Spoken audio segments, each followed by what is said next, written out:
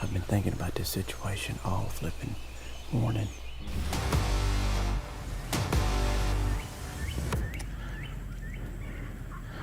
I'm a warrior of the wild. See the fire in my eyes. The ember leaves you terrified. And I'm guided by the light. Every time you knock me down, I will turn it back around. Forged by the revolution's fire. All right, we're at the midway point. I doubt you're at the midway point of your turkey season, depending on where you live, but this is week 5. We're gonna try to do 10 weeks of this great content. Very grateful to have it. Thankful so many people are taking their cameras or their phones. Hard to believe you can film that on your phone out there now, but some of this stuff is unbelievable. So, with that said, midway point, I hope you're here every week. Let's go see what we got for week 5 on Mossy Oak Turkey Season 2024.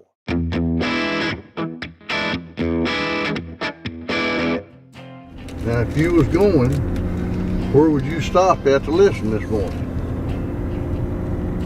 Well, I would say the last place we went for later, down in the valley and the hill and all that, just like we did today. But I'd stop away a lot further back and do some walking through that, because that's except down that big hill. Hopefully not in that bottom, but I'd say that's for later in the day. That's later in the day.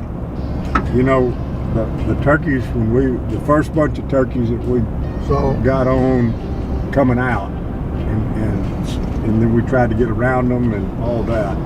I feel a little awkward on that first morning because Harold and Bill Sugg, president of Mossy Oak, one of my bosses, they hunted the whole day before I got there, so they had the lingo going. Bill already knew the spots and where they saw turkeys, and hey, we're gonna go listen to here, and I didn't. I'm seeing it for the first time, and it's dark.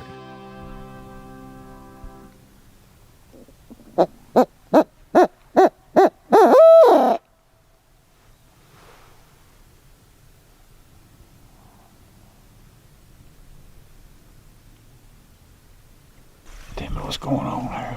What's happening? We're hearing 2 turkeys gobble, and I was hoping something gobbled closer.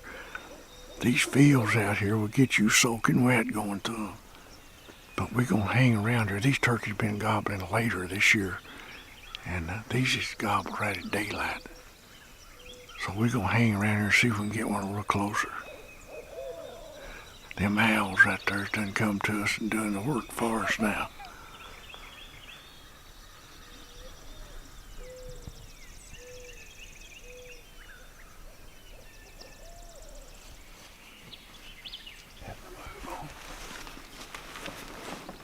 How many we here? 3 or 4? I believe it's 4 together. The reason I say it's 4 together, I saw 4 gobblers just together, and I believe that's him. He's gonna end up coming right there. Let's go. Let's go. What's going on? We're gonna try to hit him off. We can't call him up. We're gonna hit him off. You having fun? Yeah. This changed the game in turkey hunting. You see where you're going, particularly when you're on new dirt.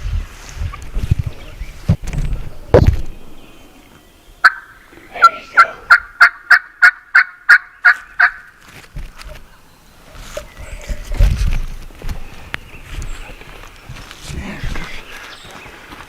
We're gonna go right down here and set up.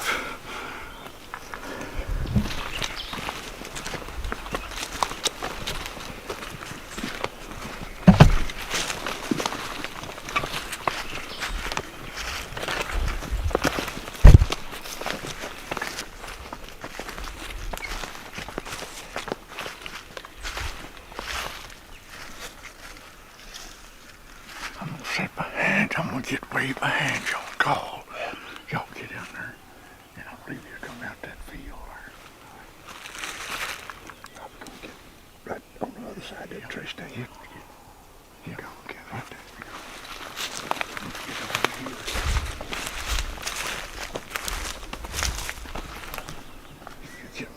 them trees right there. Yeah. That open there, he likes to come up. But if they start coming, he'll have them come up right there. Yeah. Or right over there, because they don't walk right straight down that ridge. So you get in front of them trees, and we'll see what we do. Let's try to pinpoint him again, so we know exactly where he's at, and start getting closer to him. He's down at the end of the ridge where he left down. Yeah. All right.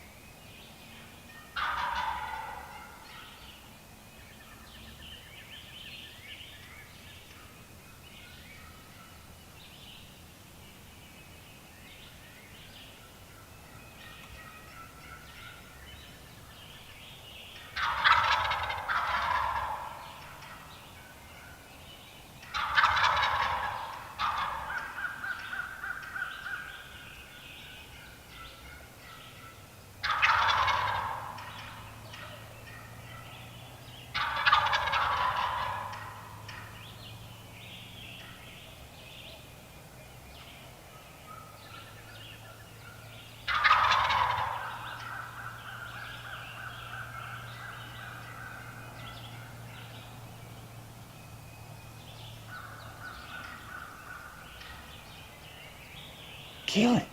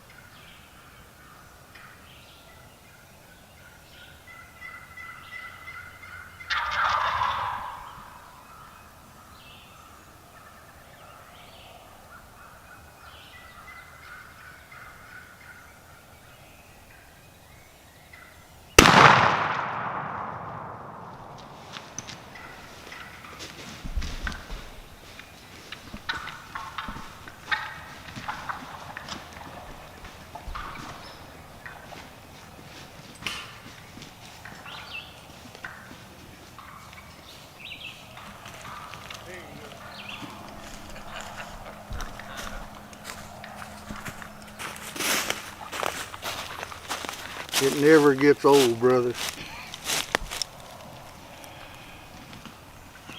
Man, your stuff sounds so real. That's why you so good, Harold. We set up a good place too. You know, Yeah, I had to knowing get. the territory. I was trying to get some shade on me right yeah. there. So. See, I saw you cut that little limb there. This ain't your first rodeo, brother. Oh man, it just don't ever get old. You know, to see somebody kill a turkey, it still just excites me to death. Oh man. I hope the good Lord I never lose this. Me and you both.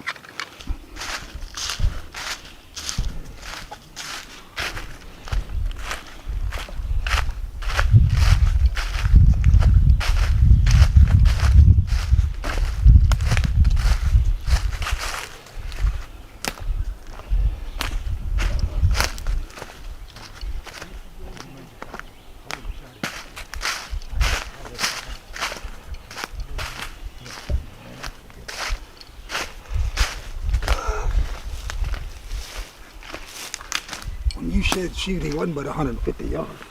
He didn't look that far. I thought that's David Hill. I was just wanting you to know I was on him. I know. Well, I took a long shot. Golly. Well, You killed him. But killed what him. was fixing to happen, I think, Yeah. they couldn't see that hen. And they were going to turn around and go back down that ridge. Bigger turkeys were right here. Boy, that was so much fun. hey, That It was don't get that old, was a does it? team effort. oh, it was. And you know, we got old Ronnie here, that tube call.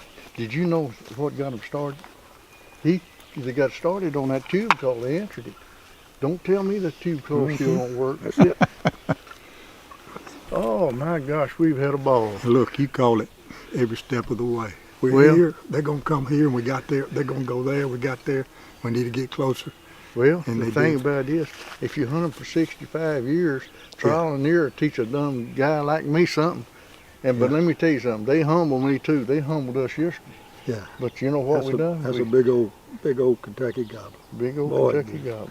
I about wore his feathers out by putting my foot on him. Well, you But got it was to take a, care of your turkey. We got to take a picture of this turkey. No, you done knocked all his feathers. You done picked him. well, the one thing about him, he's We old got- as he gonna get right That's here. right. That's an old David Hale saying. He's old as he's gonna get. Yeah. Well, I'm gonna step it off, but that I say they didn't want to come any further. I had a shot at him back over here for a I while, was and that's why caught- Cuz what was I getting done, nervous. I I could tell called a that. lot more than I normally do. If I was sitting up by myself, I wouldn't have called that much. Correct. And we But- quit calling. Yeah, and because I was But you trying to got- make him think he's further away than what he was. 100%. Now let me tell you what we can do. Let's get this sucker going, boys. The morning's early. Old Cuz Strickland right there's got a tag, and he's wanting to shoot And something. he's gonna get to show me how to run that That's camera. right. He's It gonna may show be you. terrible, but we're gonna do it. I've always wanted to do that. Now listen, Is run and film Cuz. here's your turkey. I ain't packed him. I'll pack your gun. That's how it works, ain't it, Harold? Whew. I may have put this sucker in the vest. I've never seen such a mixture of shells in a gun. There's black, blue, red, green coming out of your shit. Long as they work. As long as they work. Tell me them bullets again. Where'd them come from? I got him out of his gun, 2 of them, and let me hear it, Ronnie. That one right there is old enough to draw Social Security. and look here, he's got some good. I ain't running the shells down, the good shells, but he's had them for 100 years. Look here, there's a TSS That's a duck roll. 2 3/4. Yeah, it's a well, they make a turkey load too. I don't know about that, but the 2 3/4 is a great turkey load. Yeah. But my gosh, look at them old shells. You know, Cuz been watching this long time, but I take my hat off every time and give thanks because Oh, we wouldn't be here without him. look at this beautiful day he's give us. Yeah. Old men like me, you get to come out here Just and to have turkey to- hunt just and to just be able to- enjoy To it. do this and be with each other again after all these years and to see David and have a That's great right. visit with him. Somebody's looking over us. I And I want to tell think we you, know who it is. Yeah. without a doubt. Thank you, Lord. Thank you, Lord. Thank you, Harold. Thank you, Cuz. Thank you, David. Thank you, everybody. All right, let's see. Step it off.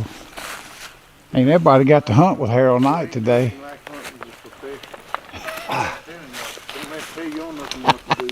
Don't you get get yonder. You get yonder, man. Be ready. Yeah. I ain't don't have to do nothing to get back there. And, Makes it fun, don't it? yeah, it makes it fun. We ain't through yet.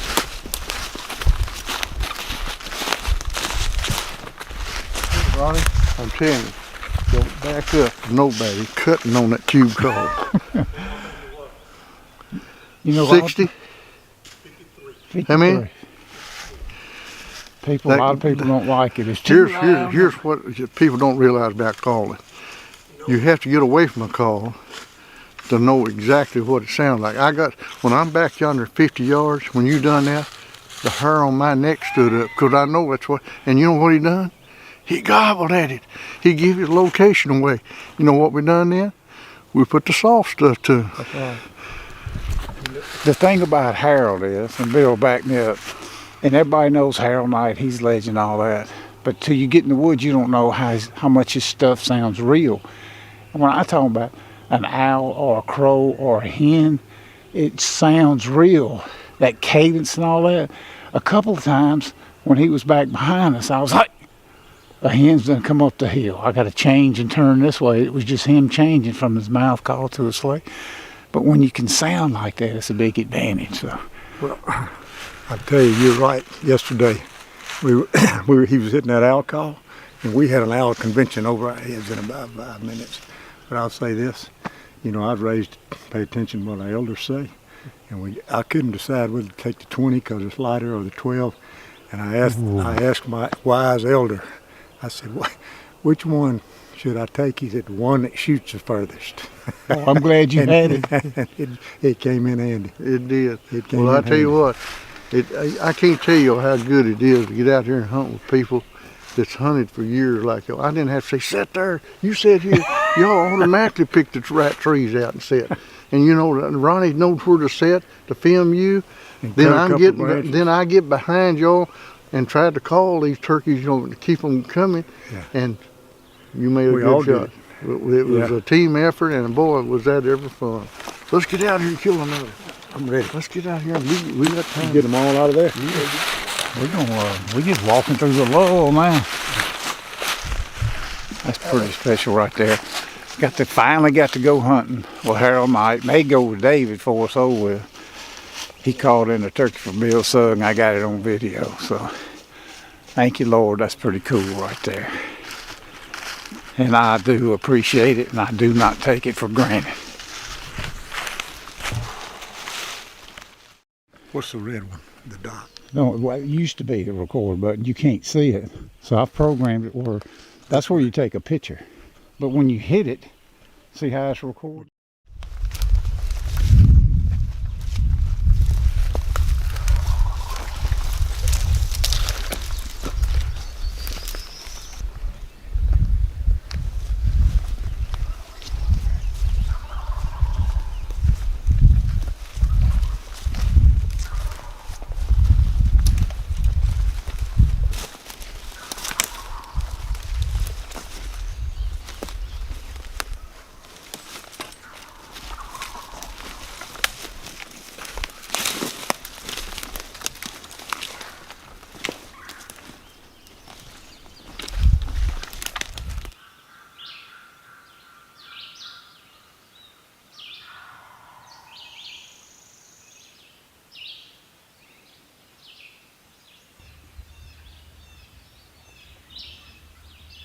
Bill Sugg is behind me with my new camera. He's going to try to film me killing the turkey. Harold Knight's back there calling. How cool is that?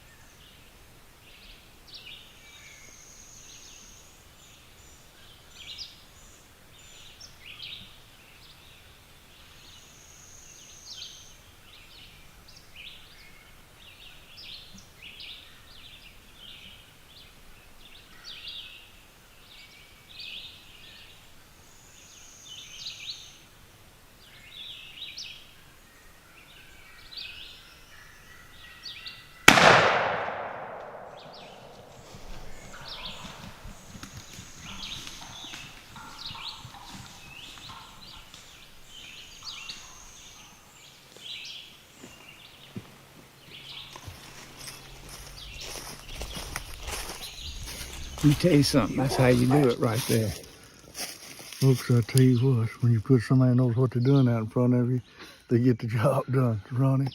That's such. Harold's been back there for an hour. Subtle calls, little slate, little mouth, this thing.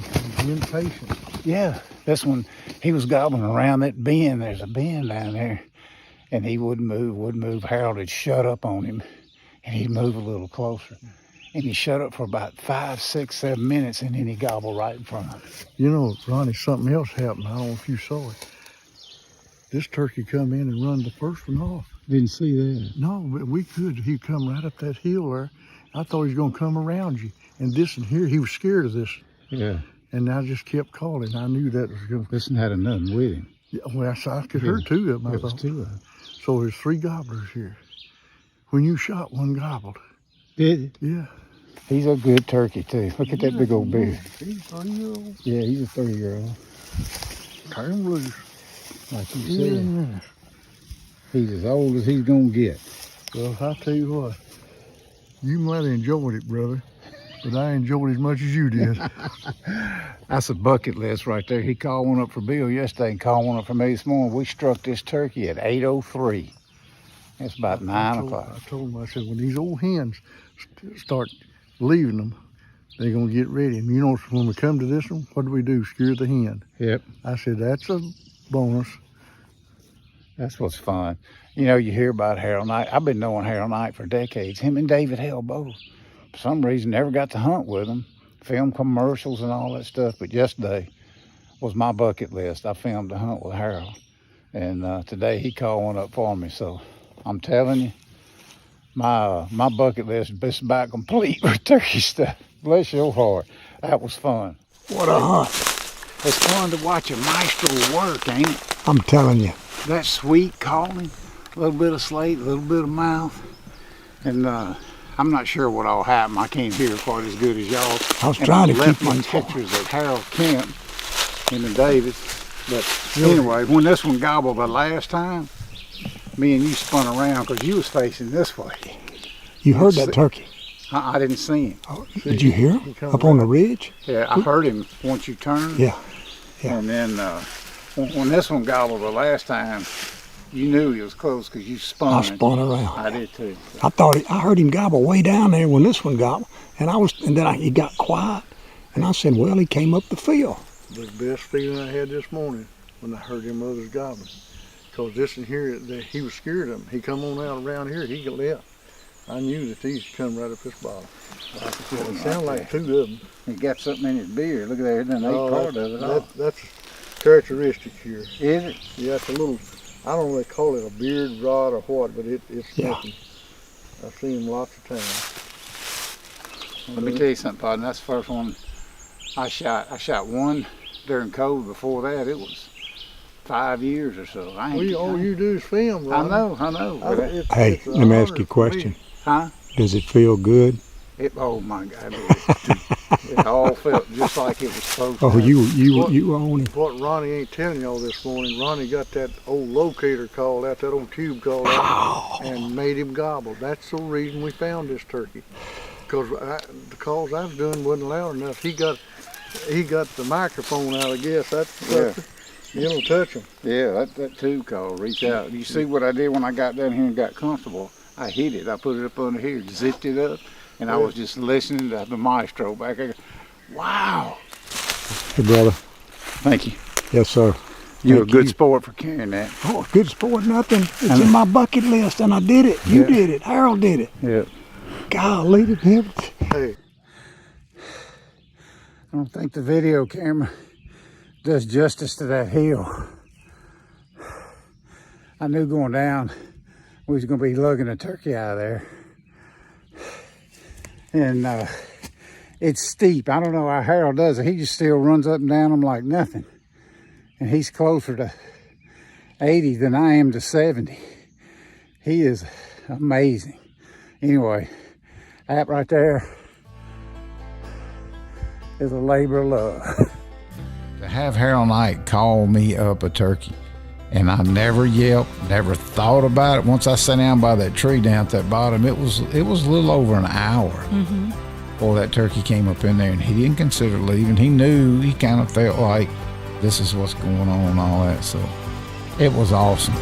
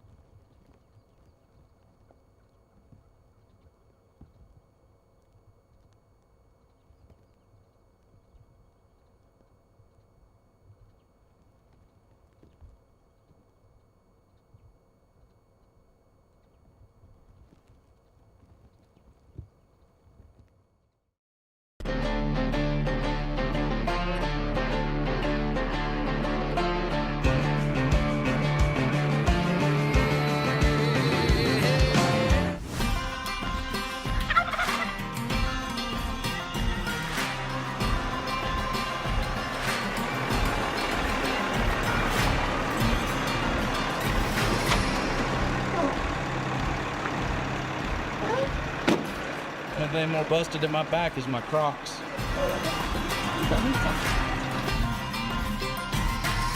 Mary's in Australia, so now eating is a means of survival.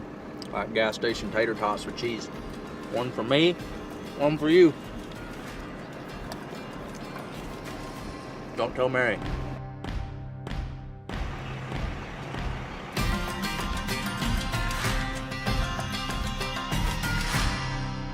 Holy South Dakota, you're a windy place.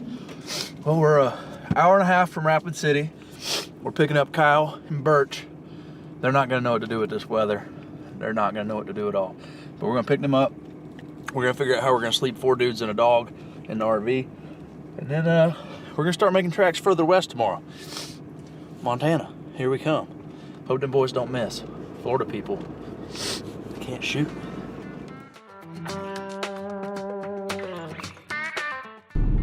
1,257 miles later, we in Rapid City. There they are.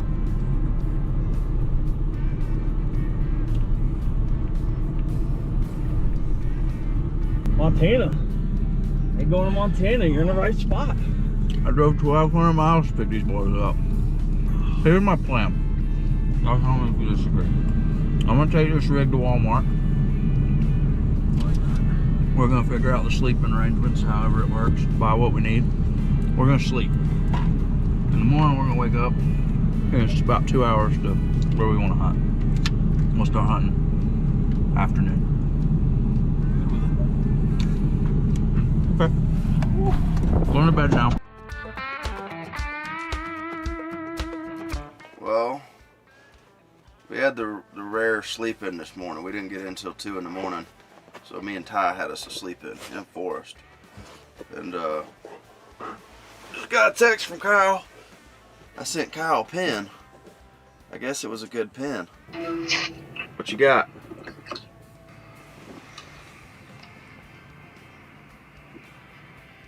What you got? We got nothing. You just sent a stock photo of a turkey? Yeah,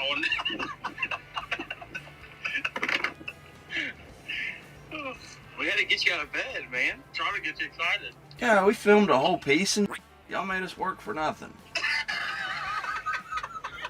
I should have known better than think some boys from Florida come up here and kill a turkey. Y'all just miss them anyway.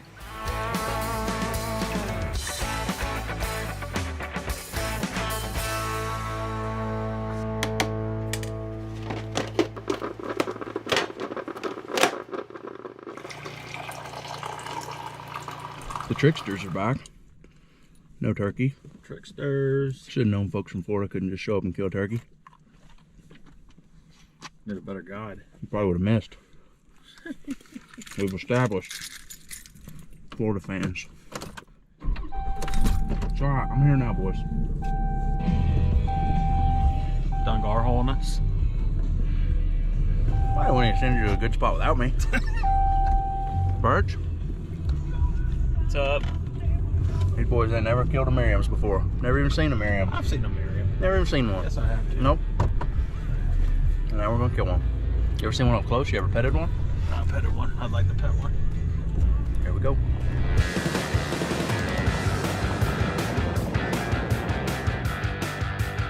Every good turkey hunt in Montana starts and ends here at the Stoneville Saloon. So this is the starting portion. We're about to go, and then we might end here too. So we'll see how the hunt goes.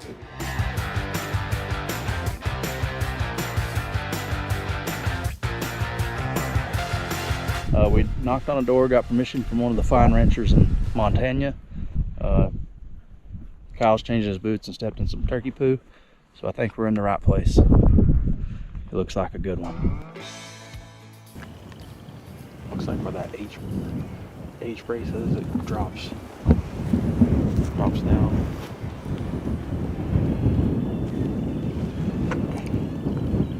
Let them get where we need them and go to them, I guess.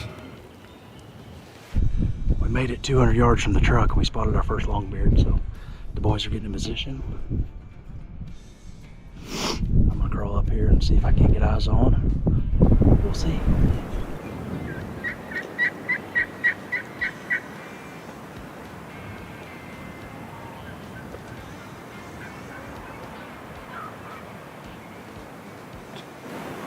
Sounded close to him.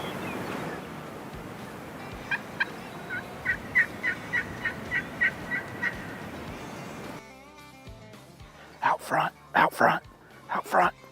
Strutter, out front.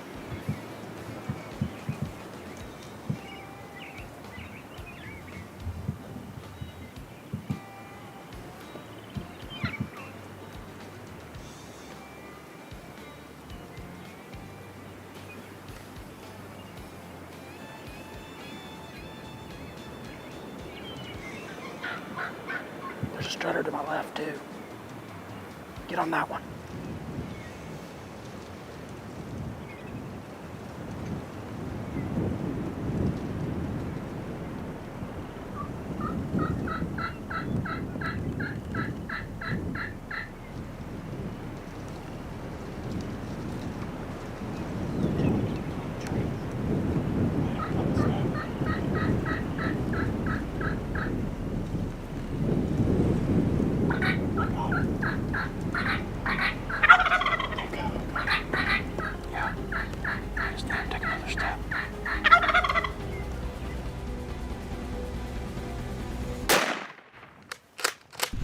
And Kyle just hammered his first Merriam turkey. It's more better. Is there another one?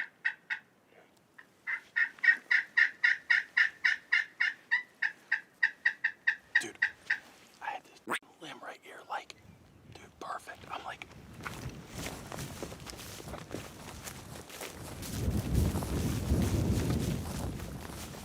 good shot, dude. Turkey was, what do we see, three different ones?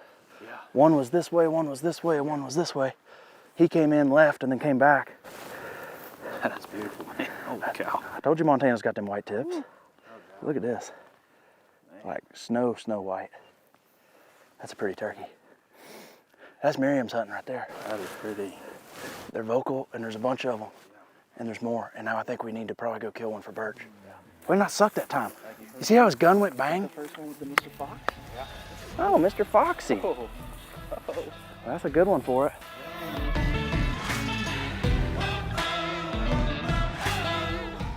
Montana, evening 1.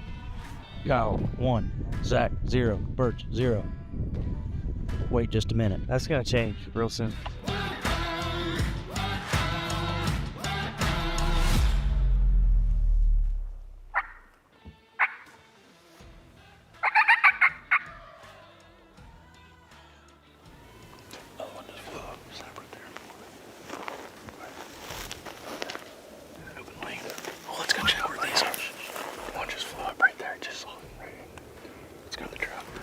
Day 1, Montana.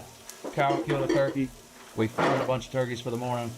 Now I'm cooking a 9:30 meal. Fine cuisine. Pretty great day. Great day. Great day. Turkey in the month. They were pretty excited about the morning because we heard, how many turkeys they were gobble? Enough that I'm not going to sit down. I know probably sit down. There's a big valley we're running. I think I probably heard. I'd say there's 15 different ones. Yeah. Enough to keep us busy tomorrow.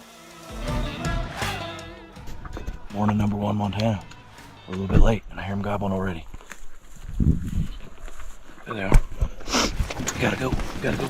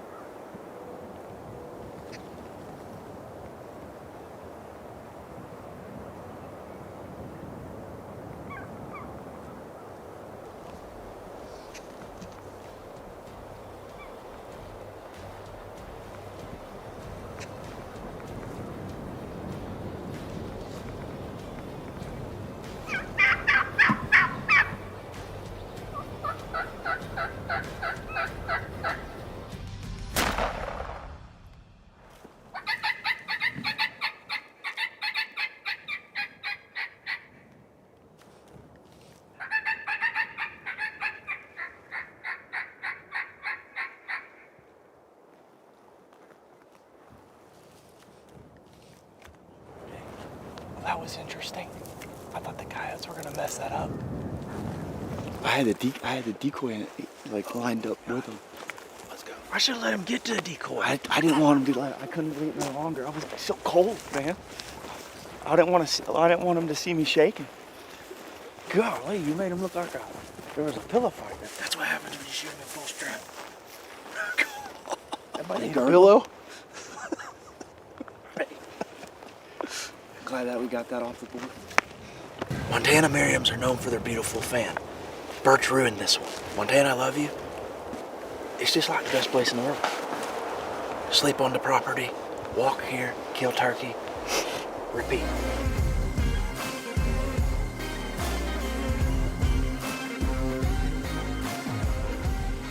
How about whoever loses if somebody loses, first one to lose goes and gets it. Fine. I didn't really think about that. I think I won. No, you didn't, because no. I got scissors, so I killed you, but you wrapped him. Yeah. I killed him before you killed me, though. Go get the truck. What's it like to kill turkey in Montana? Felt good. Felt real good. I haven't done it in quite some time. I didn't even kill one here last year. No. I let everybody else thought. I'm a very giving young man. You're just a great guy.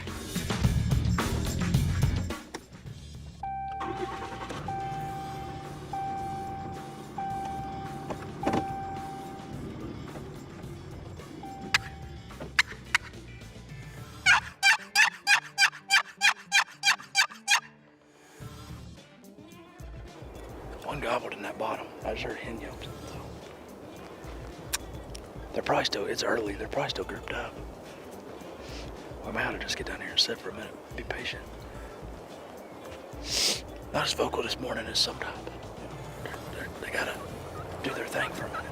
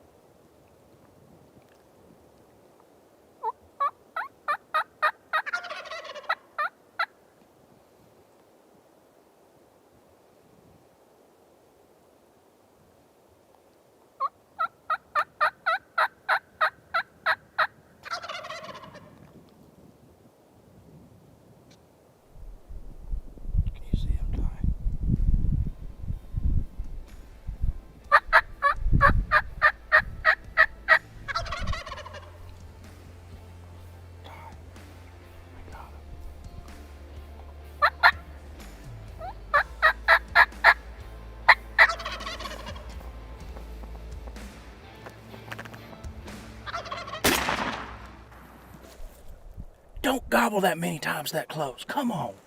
One just gobbled right there.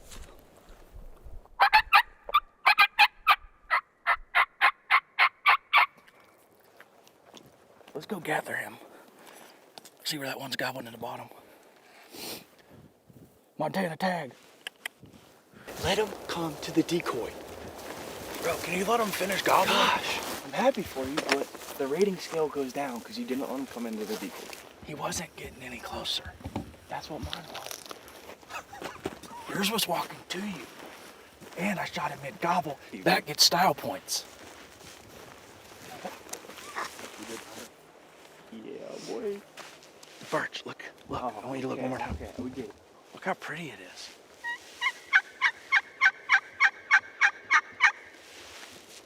So, I'd like to thank the fine ranchers of Montana, specifically my friend Alex.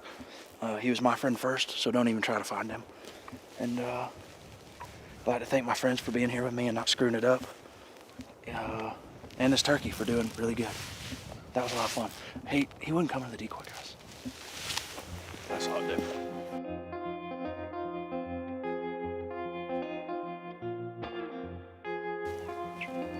That's what you come to Montana for. So, the Montana portion of the trip with Kyle and Birch is over now. We're hooking up the RV and we're going on down the road. I think we're going to go ahead and get a preview of what's going on in Wyoming in the Old West Invitational next week. Round here we all thank heaven for God's grocery store.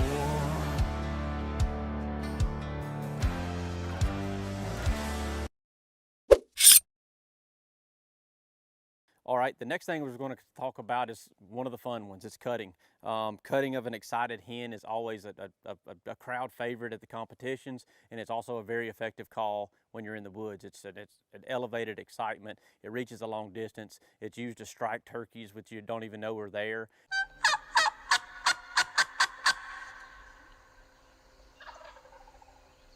And it can really be a game changer when you have a turkey that's kind of on the fence. If you can really perform the call efficiently and do it at the right times to really just convince him to that you're the real deal. And we'll demonstrate some of that here.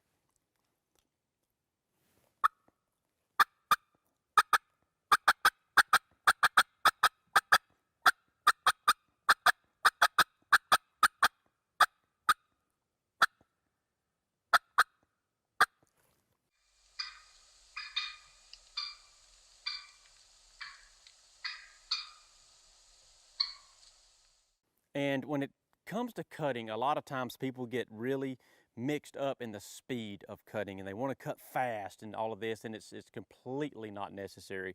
The tone of the cut and the spacing of the cut and a start and stop, in my opinion, is the most important part, and being able to perform it on demand.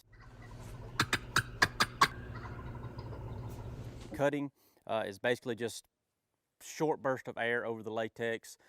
Start with the top, and it should still have a top and a bottom. You have that high end, and then you drop your tongue, or you take the pressure off the latex and let the ears of that latex float so that you can get that rasp, so that you really have a whipping sound, and that's cutting.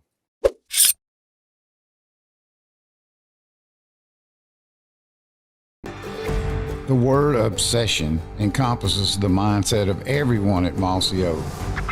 We obsess over hiding from, chasing, and conserving the critters we pursue. In this episode, Pinhoti Project's Dave Owens gives us insight into his obsession with the wild turkey. This is The Obsessed. My obsession with turkeys just kind of fell into place because turkeys, being as vocal as they are, I've always had a knack for just hearing something and mimicking it.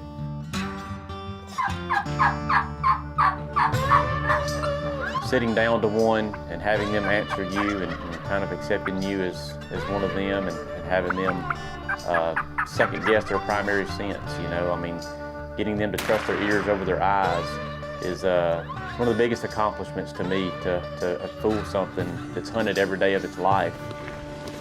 New day in a new state here. I am in Kentucky this morning.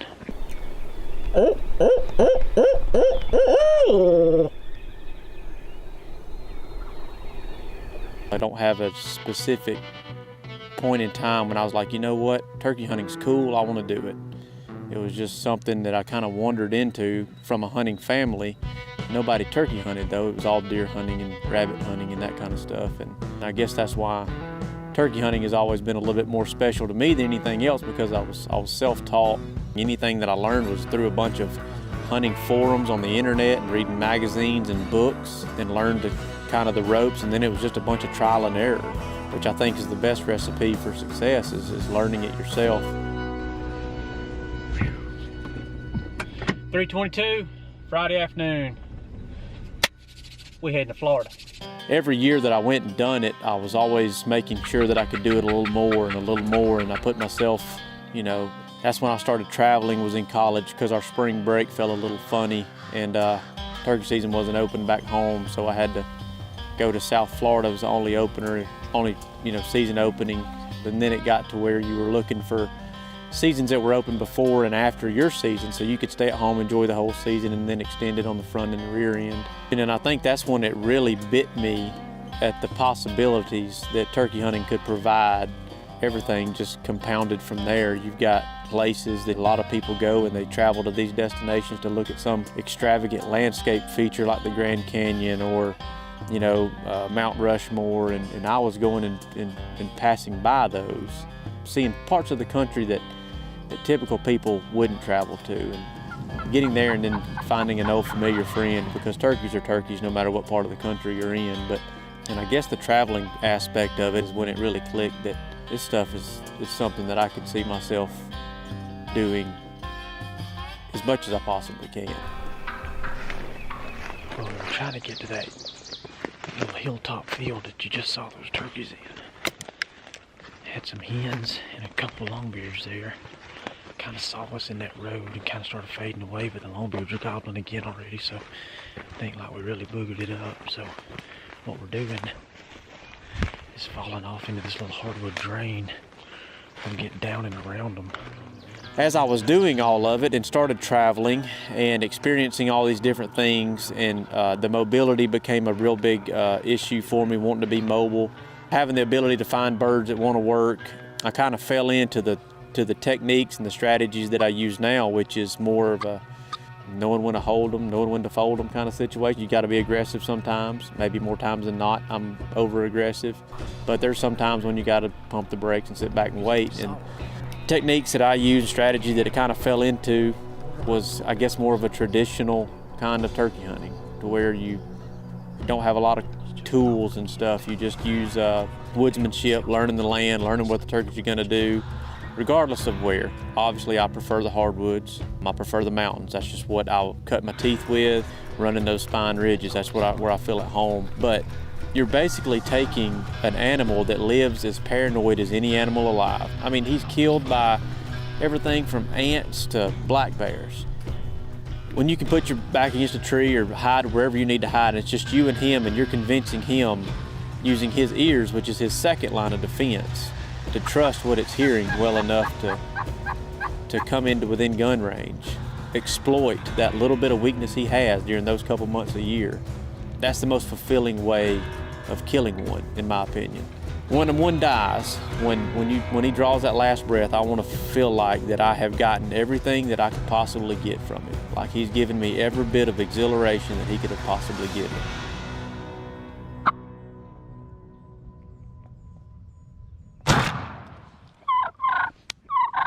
You shoot one?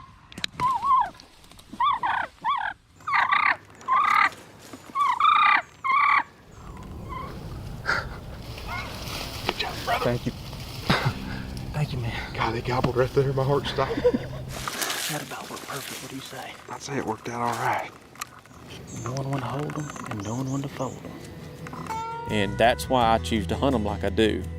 I don't like taking shortcuts when it comes to taking one's life. I like knowing that I had to make all the right decisions when it comes down to the setup, the right calls. I like knowing that I give him as much of a chance as I could. I think I've already done a good enough job at this, but just in case I haven't, I want to explain exactly what we did today that wound up with that turkey right there. Pinhoti Project at its core was just turkey hunters with a video camera. That was something that I think happened a lot in the, probably, I guess it was the mid-'80s.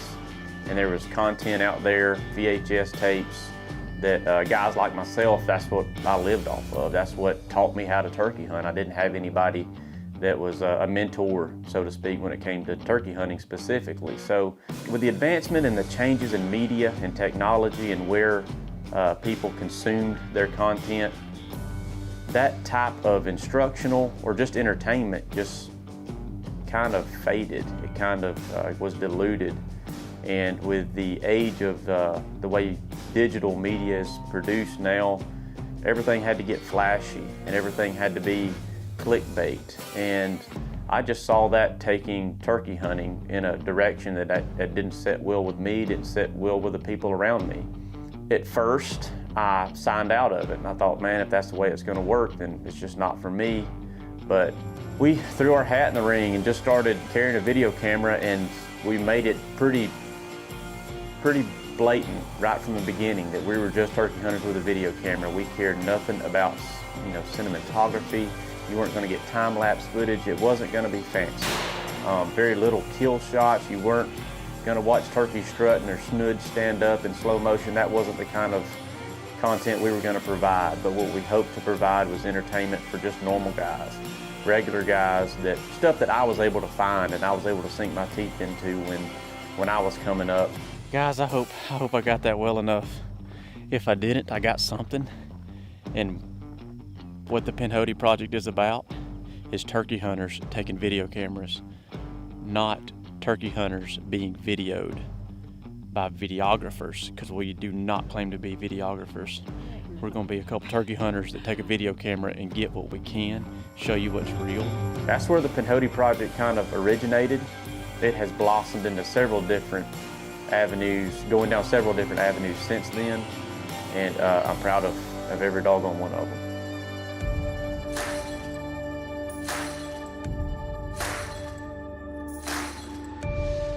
Life's upside down since turkey hunting walked into this picture, and unfortunately that was a long time ago. And gosh, what I could have if I'd had avoided turkey hunting somehow, but I wouldn't have it any other way. I'm the luckiest man in the world to get to hunt like I do, and enjoyed it for as many mornings as I do. So not that it would be the life for most folks, because living out of the back of a truck, living out of a cooler, bags under your eyes, driving all hours of the night, I mean, that just ain't the life for most people. But for me, it's where I blend in.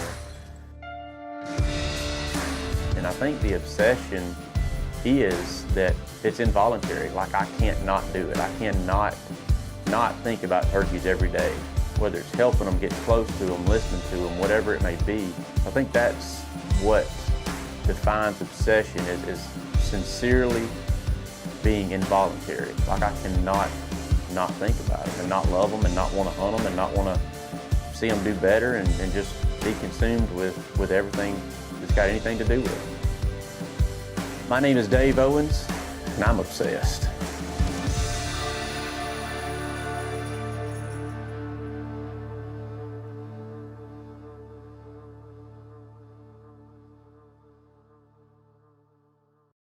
We started Drury Outdoors the same year we met Toxie Hayes, which was 1989. Since that time, over the past 35 years, it's the only pattern we've worn, and it's gotten us closer to game time and time again. And I think my favorite pattern, no secret, my favorite thing to hunt are wild turkeys, so my favorite pattern coincides with that. It's Mossy Oak Obsession. First of all, I love the name. It's built for hunters like yourself or myself or Terry that are obsessed about the outdoors and getting closer to game. And wild turkeys are the ultimate inspection committee as far as I'm concerned. And there's something about obsession until you see it in the woods, until you feel it working with a turkey coming into 20, 30 yards with no clue that you're there.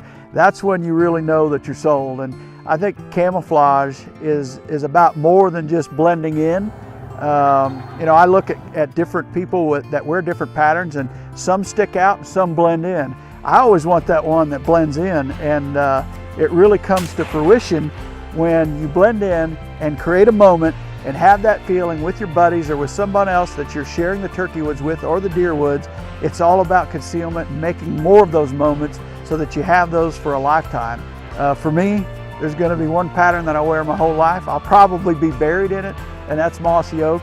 And I love Mossy Oak's obsession in the spring. Again, the name and the look and the feel, and it's more than just concealment. It's about the emotions that go with it.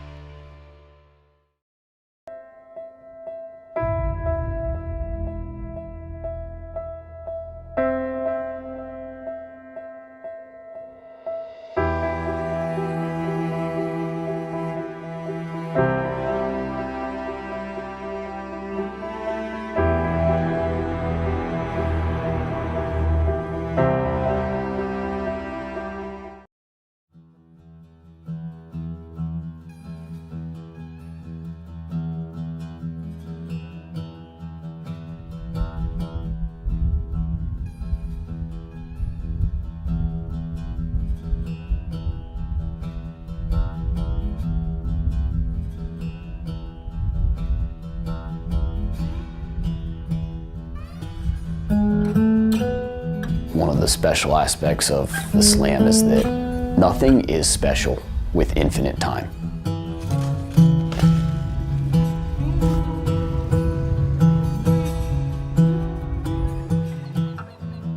You have to be conscious of aspects of your life that can change.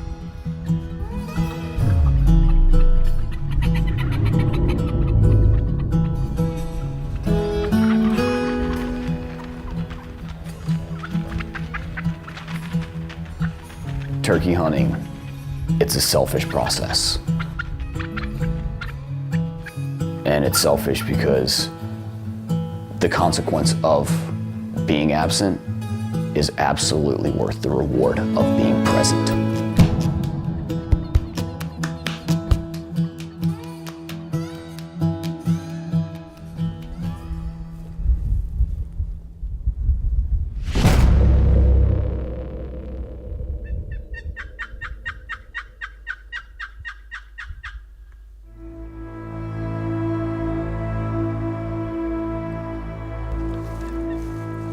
You know, I meet people, turkey hunters, that don't know Keith, and they ask me what he's like.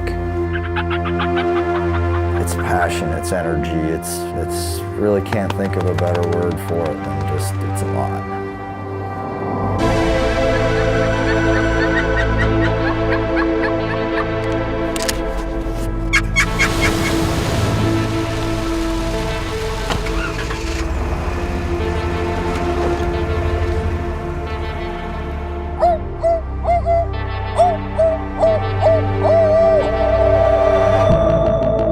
Until you know Keith and talk to Keith, you don't understand. It's literally just like this intrinsic desire that drives him. You hear people talk all the time about this hunter or that hunter being obsessed. Very rarely do you find somebody that has the intensity that Keith has to match it.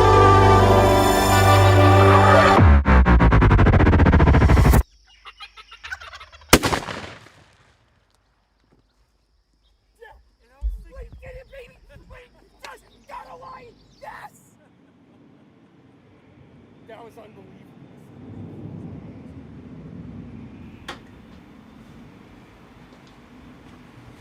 You see Keith when he's in a new state. What you don't probably pick up on is that for him, that was something that dominated his life all year.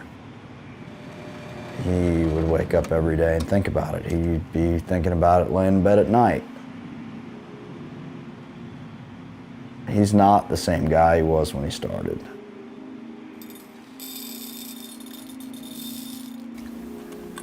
He's more methodical, better thought out, makes better decisions, understands situations in a way that you just wouldn't understand at the beginning.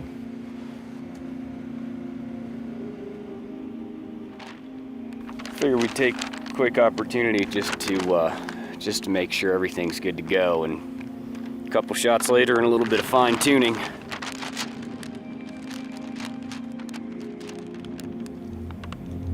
I think we're ready.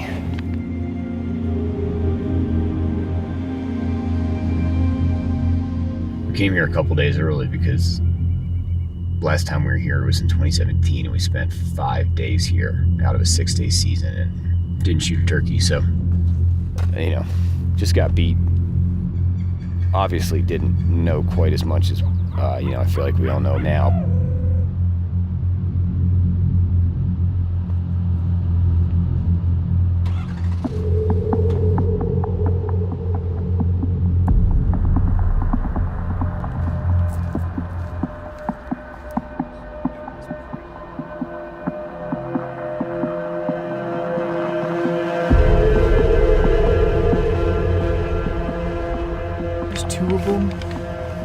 This is a pocket, and that's what we've been looking for.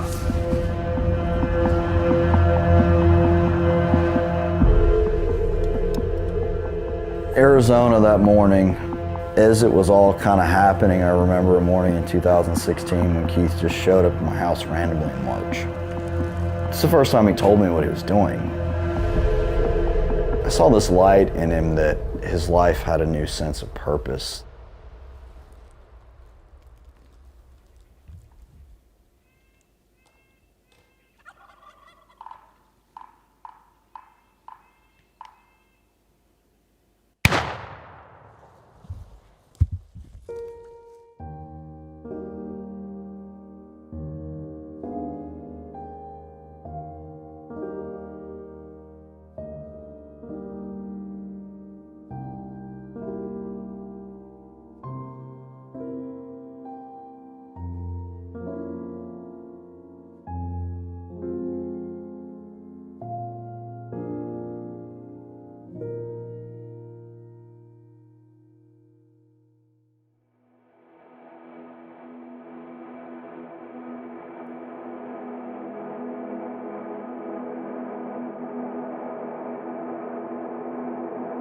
There's a magnitude that's there that is, it's heavy, it's lofty. Was I proud of him? Yeah, really proud of him, but it was just, there's a price of admission you have to pay to be able to see that, and I know Keith and I paid that together. This has been a journey, man. Definitely the greatest memory of my life. I'll never see a U.S. Slam finished again. Because you and I, we earned it. We got to see it together. And for me, that's a sacred thing.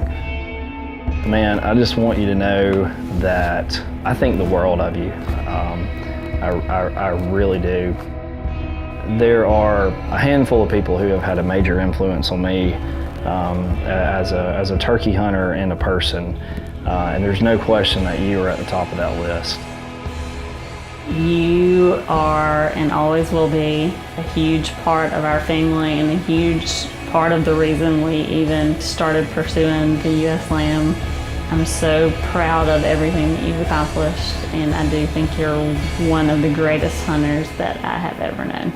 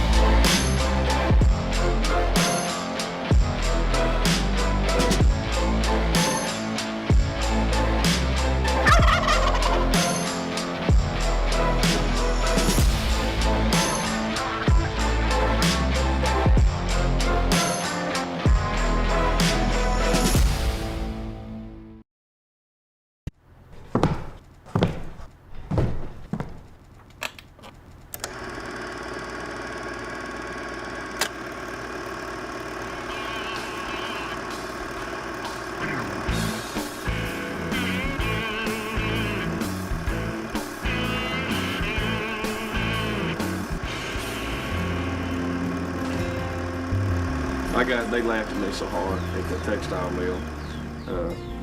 But I tried to match the colors of the pattern to these color chips that they give you, quote unquote. Well, it didn't work, and I would take it out and look at it, and I would try to match it to the different elements in nature, different colored trees, and I came to find out that the most neutral color was dirt.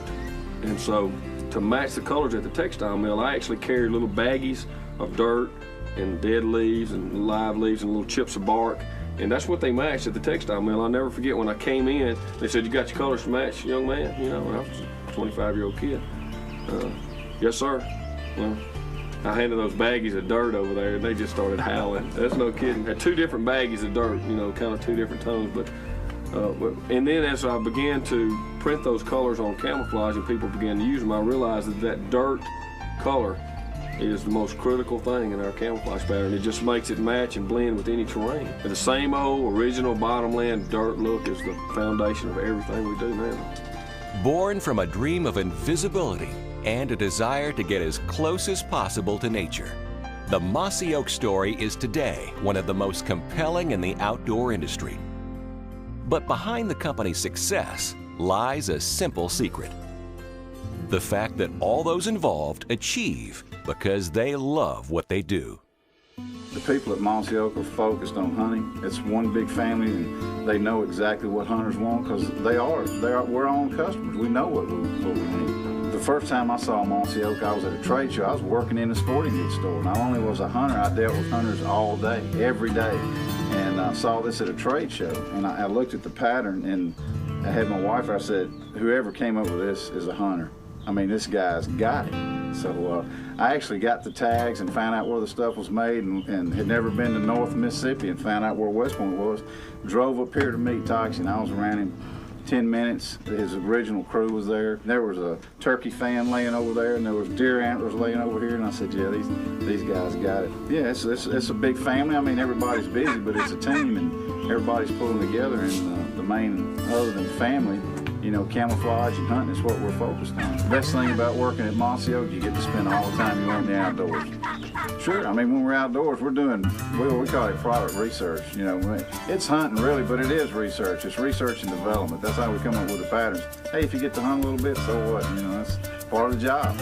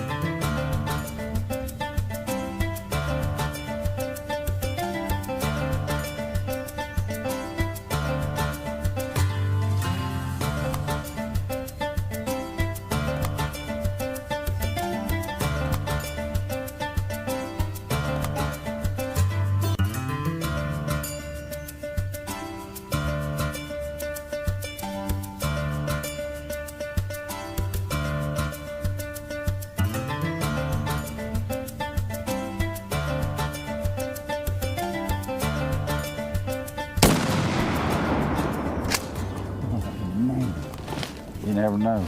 It just, there's not a better hunt. Unbelievable. That's a fun way to do it. Had a great hunt this morning, didn't get one close, and just got to stay with them. Well, time to go catch some white perch now.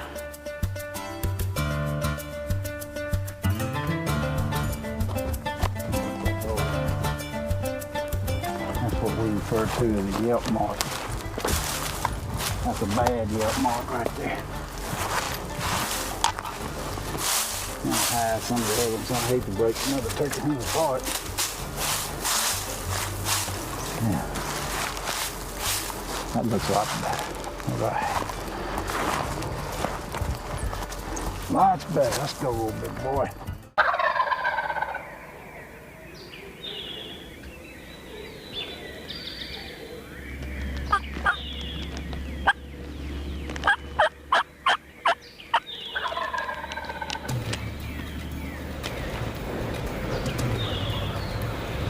I see him. 12 o'clock, 12 o'clock, 12 o'clock. You got him.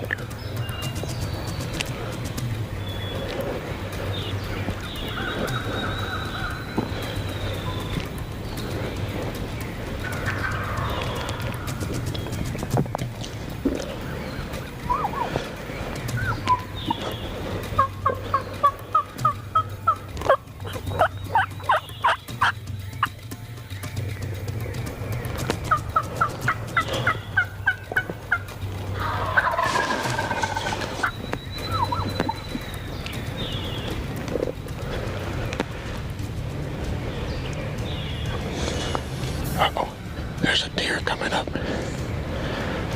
There's a deer coming right straight at us.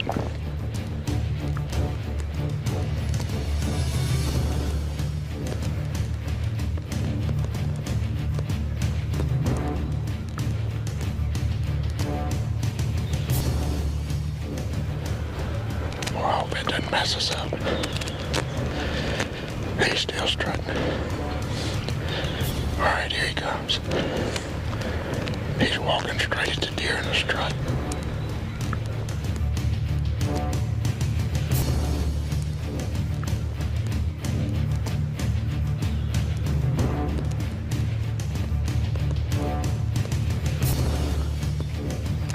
Okay, come on, big boy, come on, come on.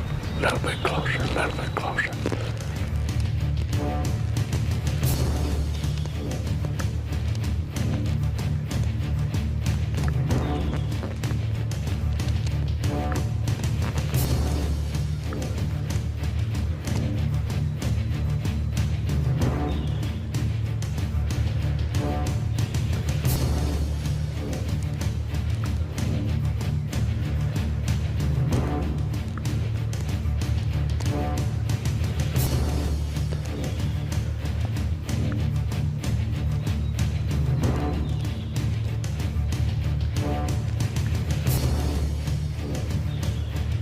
Still strutting, come on, big boy.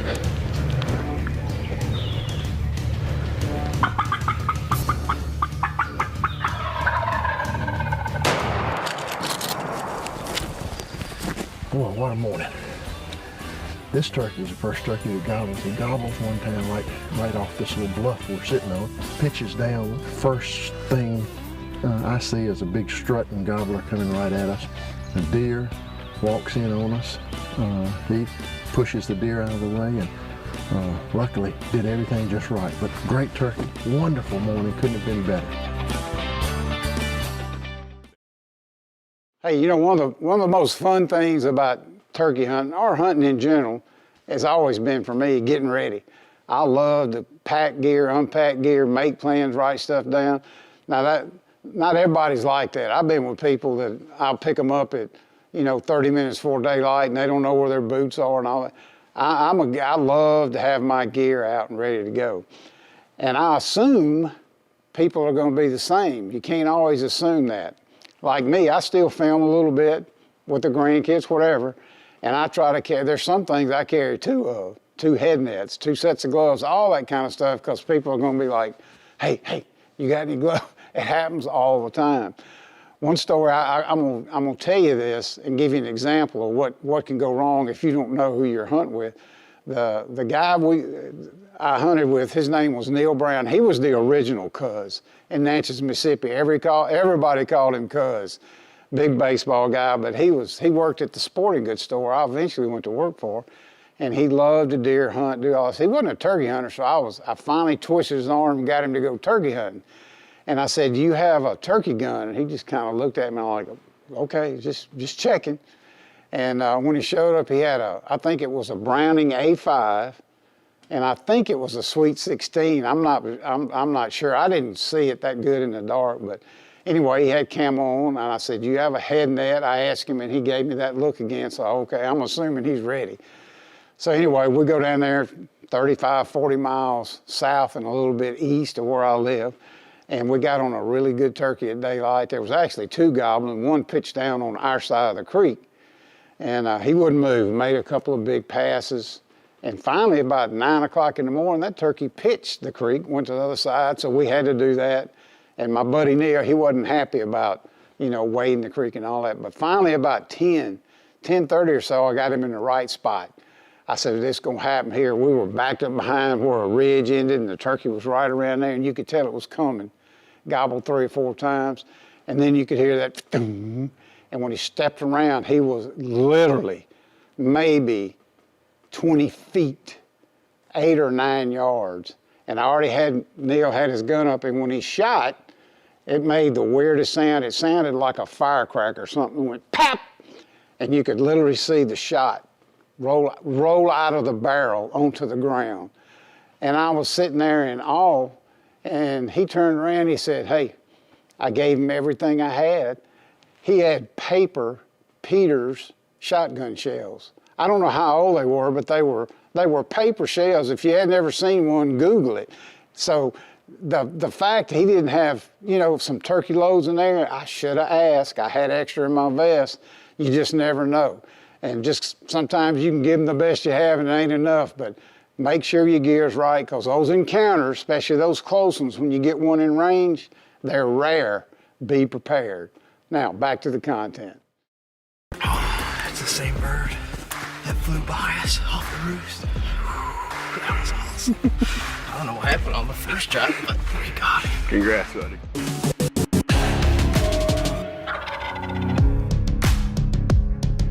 All right, welcome back to Turkey Season 24. We're showing some of the best hunts from 23 as we get ready for the semi-live stuff we're gonna do in this particular season.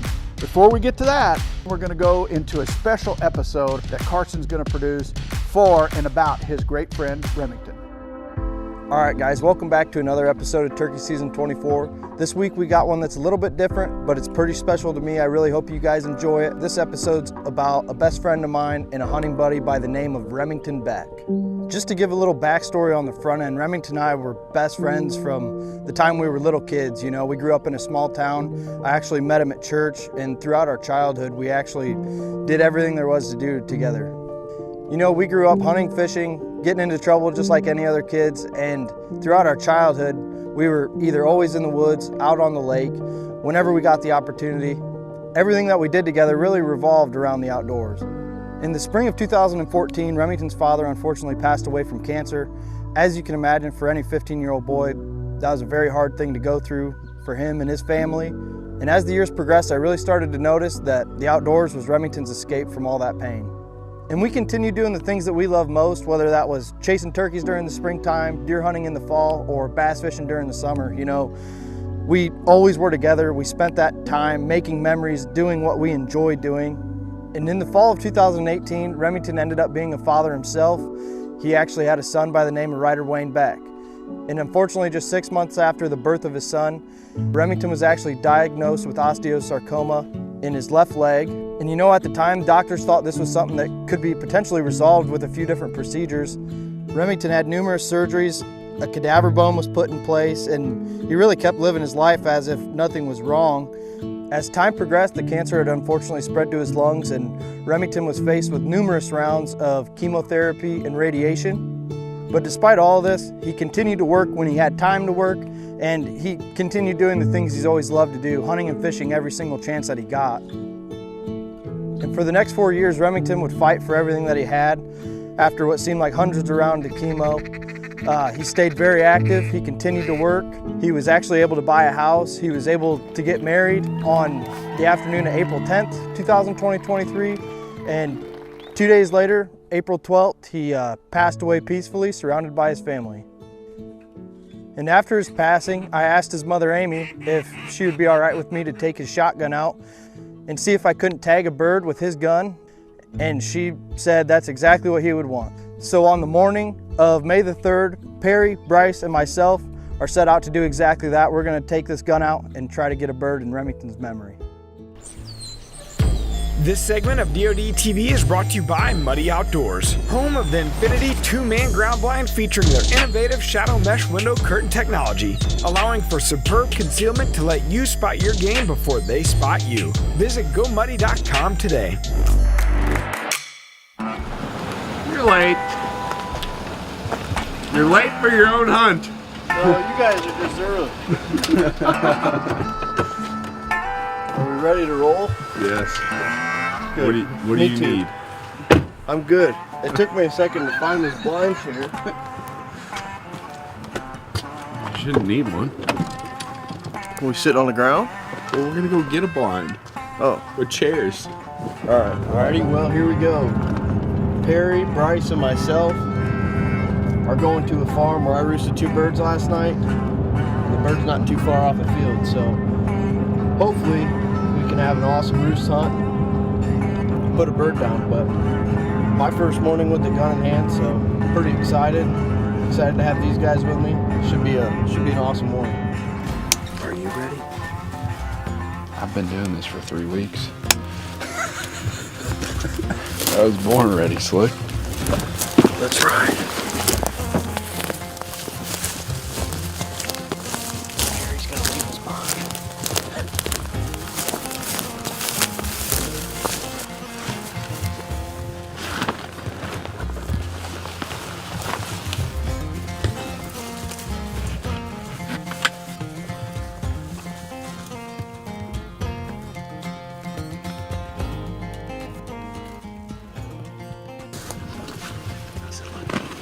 We're good. We're set up, ready to rock. You good? You good, Barry? Yeah. Get in, folks. Alright, well, it's 5:19. Me and the boys, we got in here pretty early. Last night I said we were gonna have to do that. And we got that same bird's lighting up early. So I'm glad we got in here when we did. We got the avian HDR Jake and duo out here. I think it's gonna be a pretty morning, crystal clear skies, 0 wind. So we'll have to see what happens here, but should be a good morning.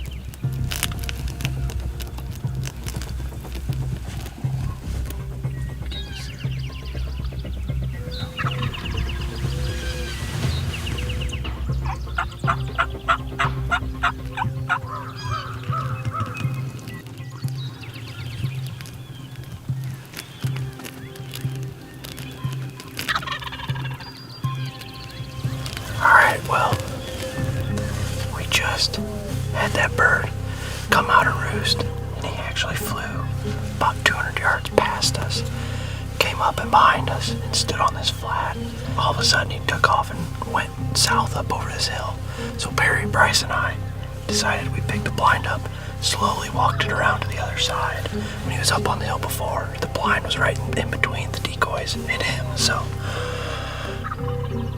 he's gobbling now, and I hope he's gonna pull him over this hill and come in this way, but he's close.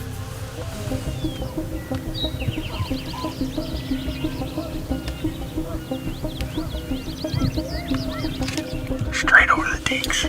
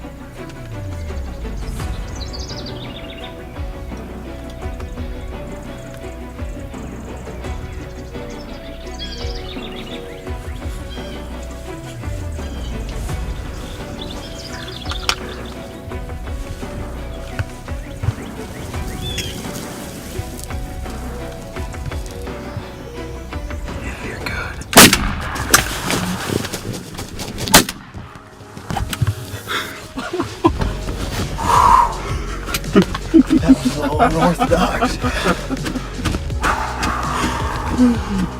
We got it. We got it. That's the same bird that flew by us off the roost. Whew, that was awesome. I don't know what happened on the first shot, but we got it. Congrats, buddy. That was special. Oh. Boom. I would take punched. Took 2 from the man upstairs. That's right. You made me miss that first one. I got my buddy's gun.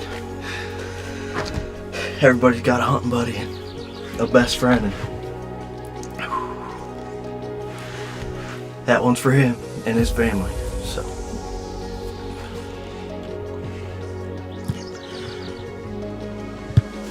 Come on.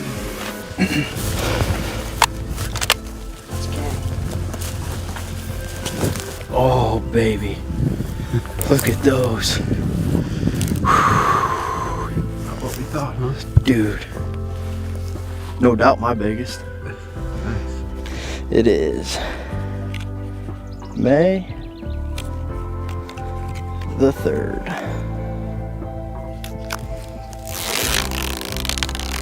And we are legal. Well, here it is, May the 3rd. Myself, Perry, and Bryce came out here this morning and actually roosted this exact bird last night. He was right down off of this finger. And this morning, he actually pitched out and flew 200 yards all the way past the blind and landed back behind us. And his hen ended up coming back over here, jumped on this brush pile, and the tom wasn't far behind her.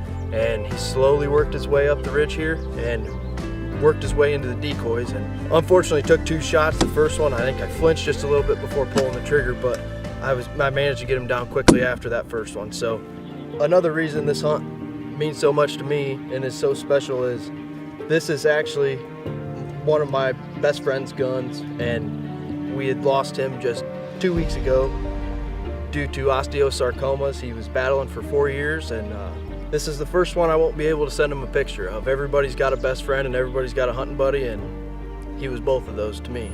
That's for his mother, Amy, his wife, Rihanna, his sister, Rhea, and his little boy, Ryder. So very, very thankful to be sitting here behind this bird, and very thankful to do it with this gun right here.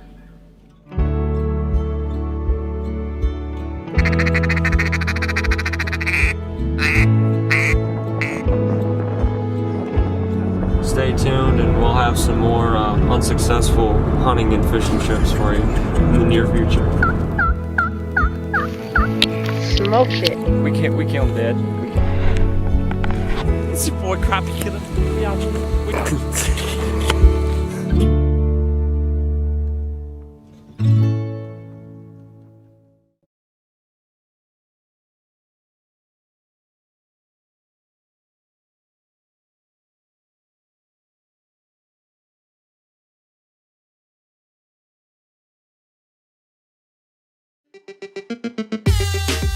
We're adding new videos every week, so make sure to click that subscribe button and check out all of our amazing content. First time I saw Mossy Oak, I knew that camouflage was special. I don't know, it sounds funny, but I just always had the dream of kind of being able to be invisible, and I realized that it was all about matching up with nature. Whether you're bow hunting, whether you're turkey hunting, or whether you're trying to get a group of mallards to decoy in, getting next to critters, more or less, is what it's all about. Do we like to hunt Mossy Oak? That's our life. It's what makes Mossy Oak the best.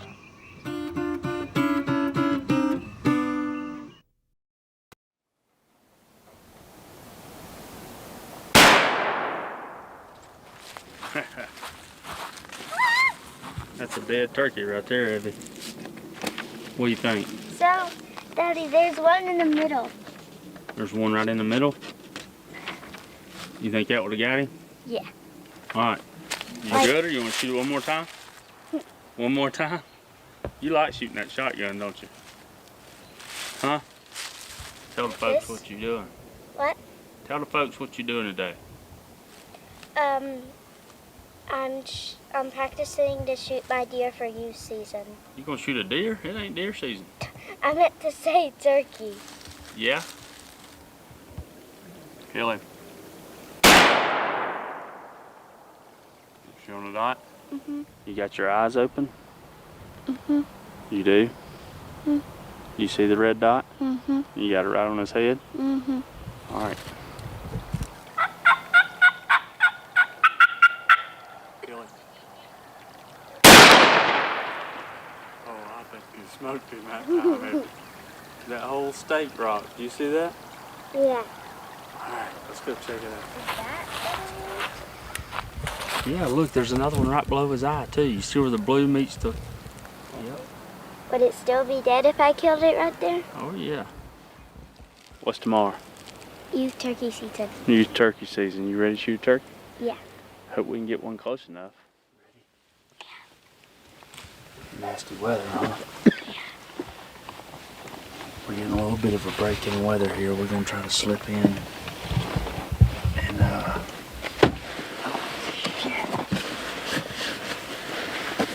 you all right? Damn, that thing knocked you out, won't it? You okay? Yeah. I didn't know what I'd hit there, but You ready? Mhm. All right, let's go try to whoop one. We gotta get in there quick because it's breaking, but it's been pouring down rain and thunder and lightning, hasn't it? Yeah. We're not gonna use these. We're not using those. All right, let's go, girl.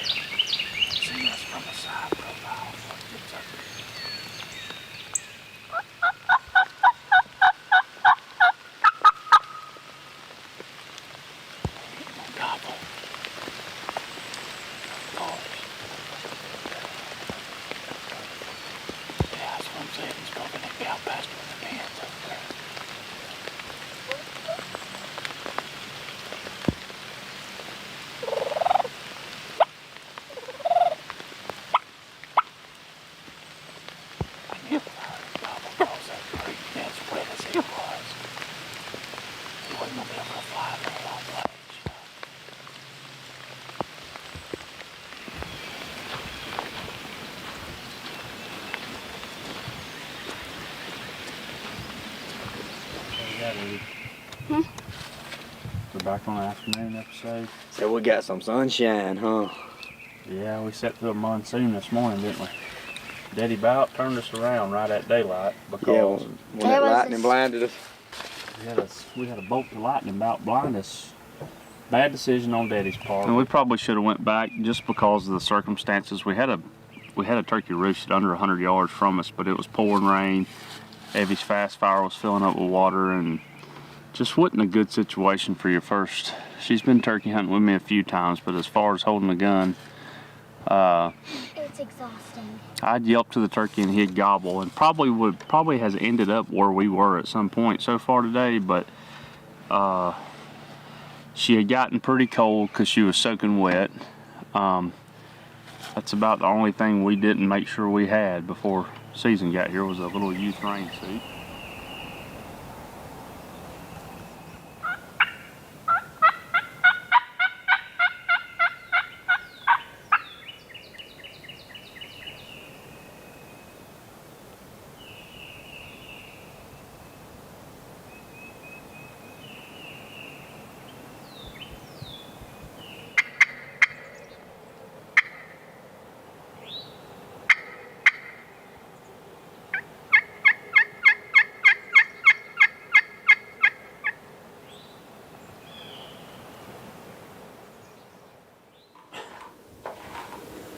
Day 2 of Georgia youth season. You ready?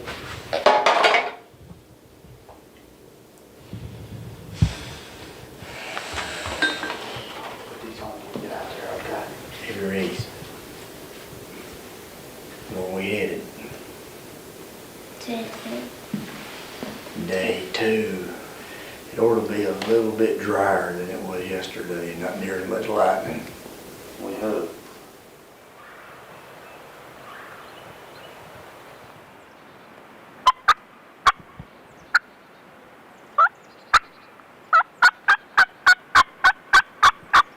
Yeah, I see you straight out front.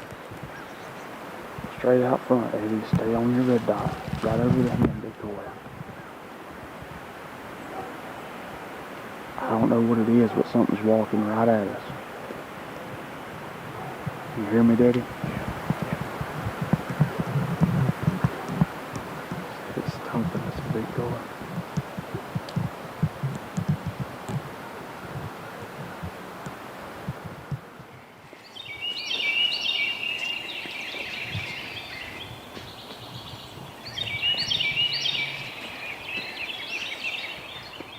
So I'm gonna give you a rundown just as fast as I can. We gotta slip in here. We only got 4 more hours left to use season. It's been a crazy day. We hunted this morning. It just didn't work out. It's just been stressful. But trying to get a gobbler in front of the levee, and she had a birthday party to go to around lunch. She had an Easter egg hunt at church. So we did all those things. She actually even got her face painted. She's got a cool little face paint going on. So Evie's a butterfly, so we're fixing to try to just float right in here, unrecognized. And this clover plot has had a couple gobblers frequenting it, but I don't know, man. It's just like they moved out right before youth weekend. So.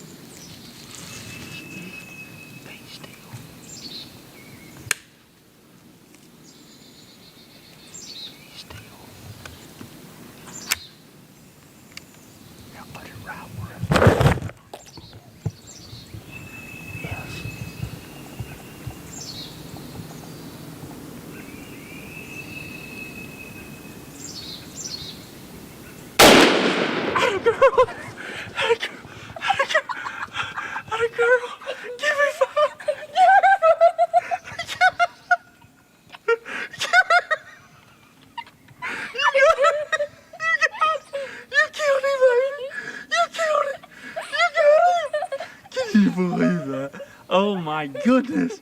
Oh my goodness! Oh my goodness! What in the world? What in the world just happened? What in the world? Oh my goodness! Oh my! Can you believe that? I'm gonna go get him. All right, hold on, hold on. Wait, wait. Yep, they're still flopping. Hold on. Hold on. Just stay right there.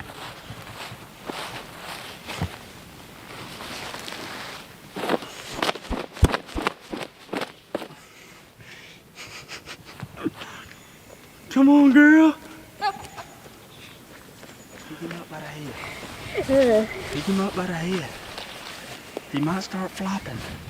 Is that? Huh? No. Pick him up by the head. He ain't gonna hurt you even if he starts flopping. Don't drop him. Pick him up. That's just his nerves.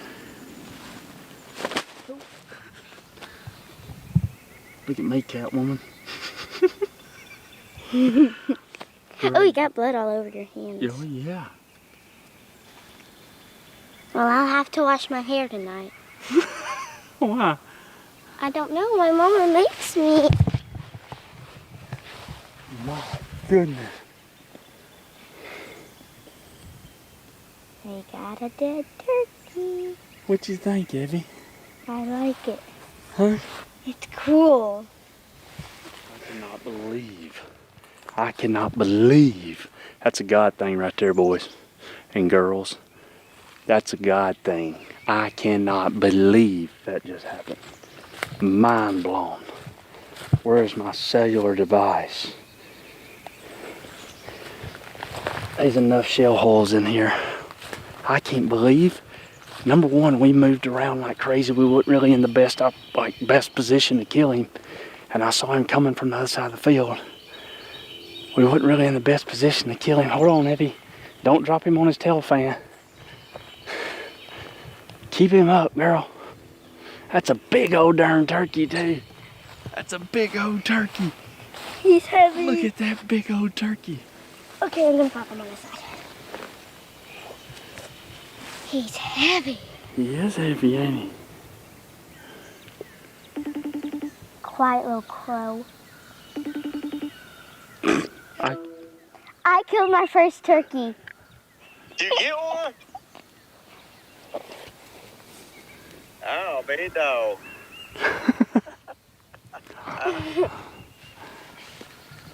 Lord have mercy. I wish I'd have stopped. If I know you was going to go this evening, I'd have stayed. So, Big Daddy, you ain't gonna believe it. He like flipped. He jumped up in the air, flew about 5 feet, and then just kind of walked off to the side and stood there like just baffled, just buffaloed.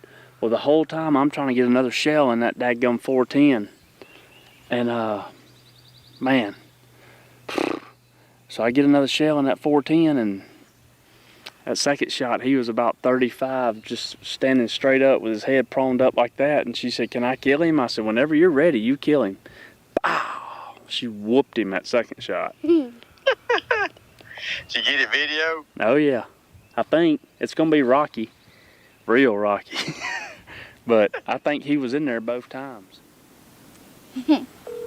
That's Mama. Did he have 2 beards or just one? I don't know. Your wife needs a cell phone so then she could see it. I know. You just killed your first turkey and we can't get Mama to answer or Uncle Dave or nobody. What? Hey, Mama, I shot my first turkey. Are you serious? You're No. Our butterfly princess shot her turkey. A butterfly. We get pictures with that butterfly paint on your face. You better still have it on there, sister. That's your war paint. That is going to be the best picture ever. No, it's not. Yeah. Well, then I need to take off my war paint. Dad, let me talk to Dad. Dad, Hey, Mom. are you so excited? Oh, man. This ranks right up there with the day she was born, to be honest with you. How? I knew when my phone rang, and it's still pretty outside, and y'all haven't been gone long. It was good news. Yeah. Come on, Archie.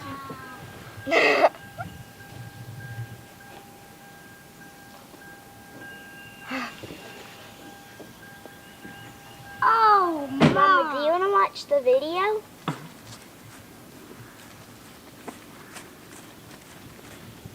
Ew! I am not. Actually, pick him up. Pick him up. No. I do not want to pick him up. No, never. Pick him up. Never. You're sissy. Never gonna pick him up. Butterfly. Daddy. If you don't drop him, you'll mess his feathers up. Heavy Reese. Mama, like this. Oh, this is heavy.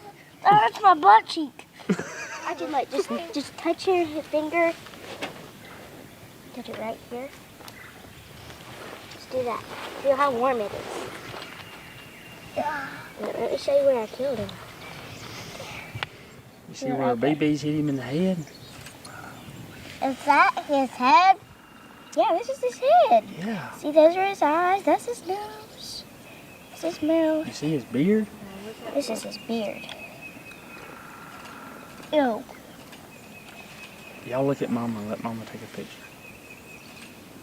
All right, let me explain to you guys what happened real quick. This was our original setup. You can see where I've snipped some, just some holly bush.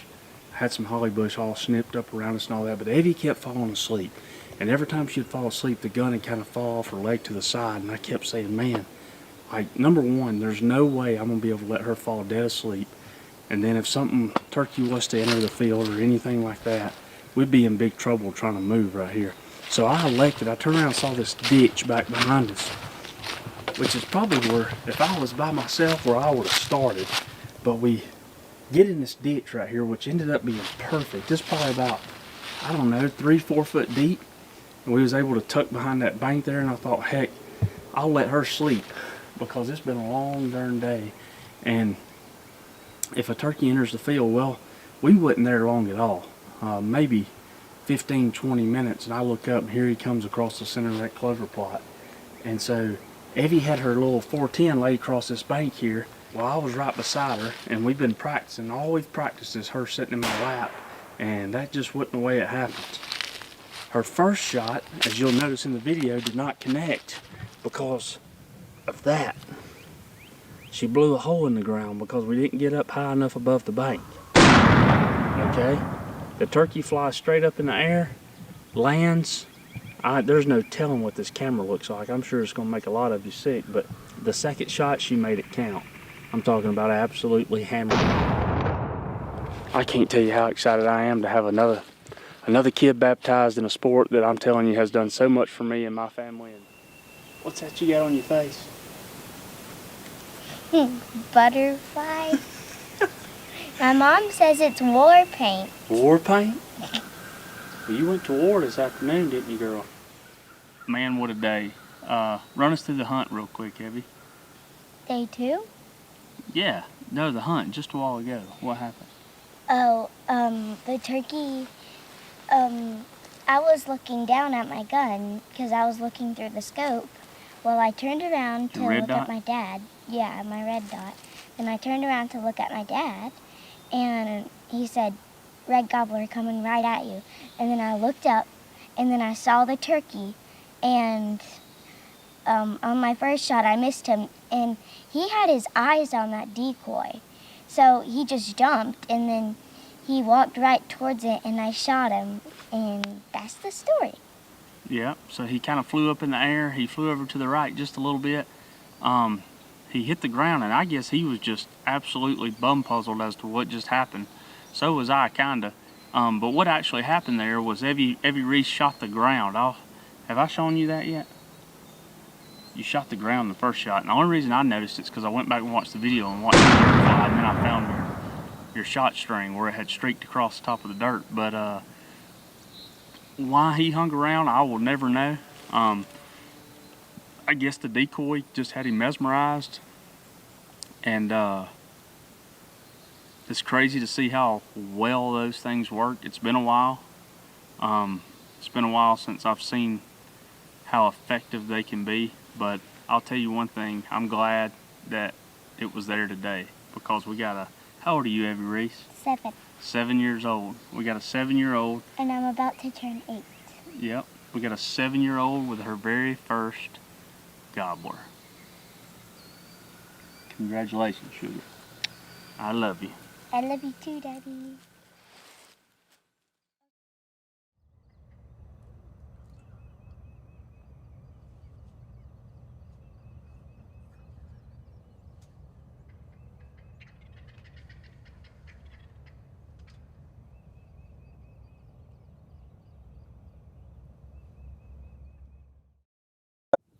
I didn't know why. I didn't know why I was alive. I cried. I screamed to God, why am I alive?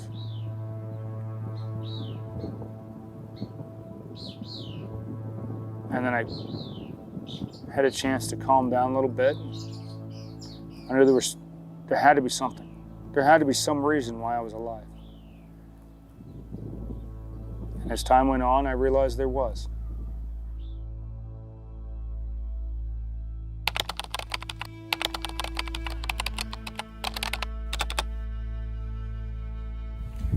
My name is Major Joe Bogart, U.S. Army retired. And this is my story. I was a major, retired as a major in the U.S. Army. I was an engineer officer. I served for a total of 28 years. 5 of that was in the Missouri Army National Guard, 23 years active duty in the U.S. Army.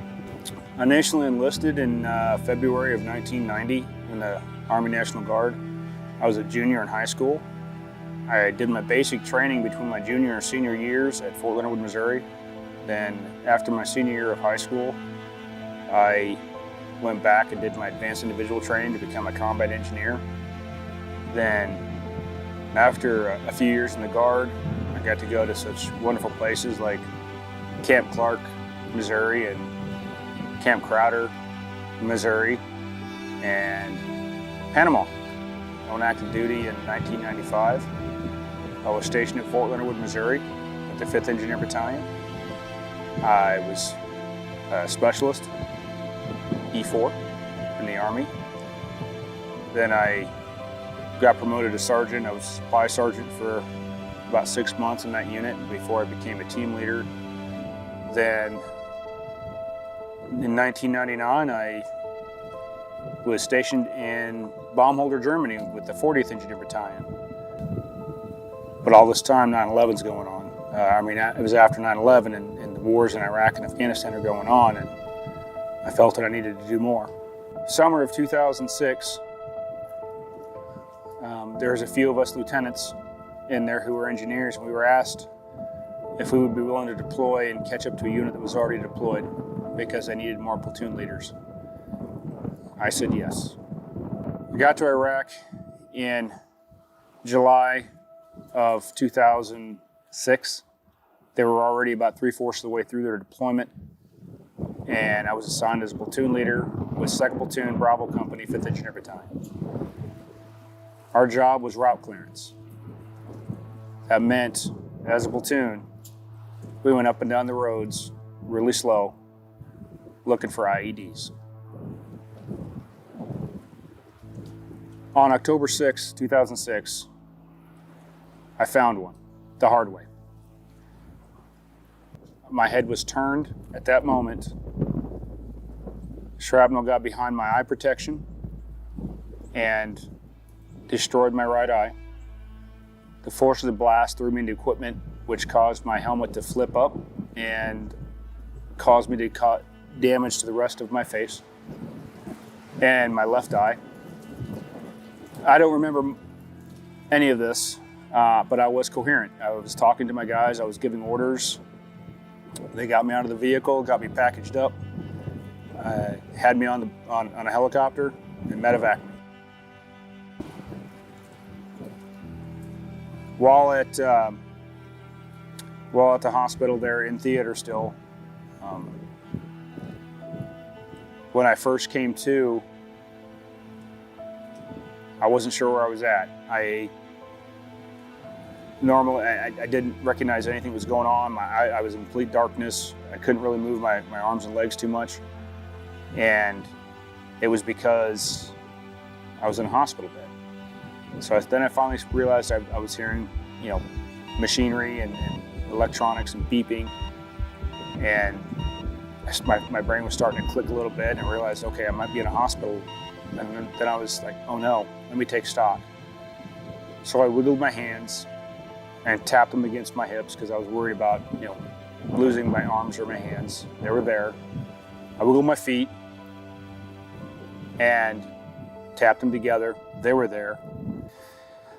That movement allowed the hospital staff and the emergency room staff, or wherever I was at to know that I was awake.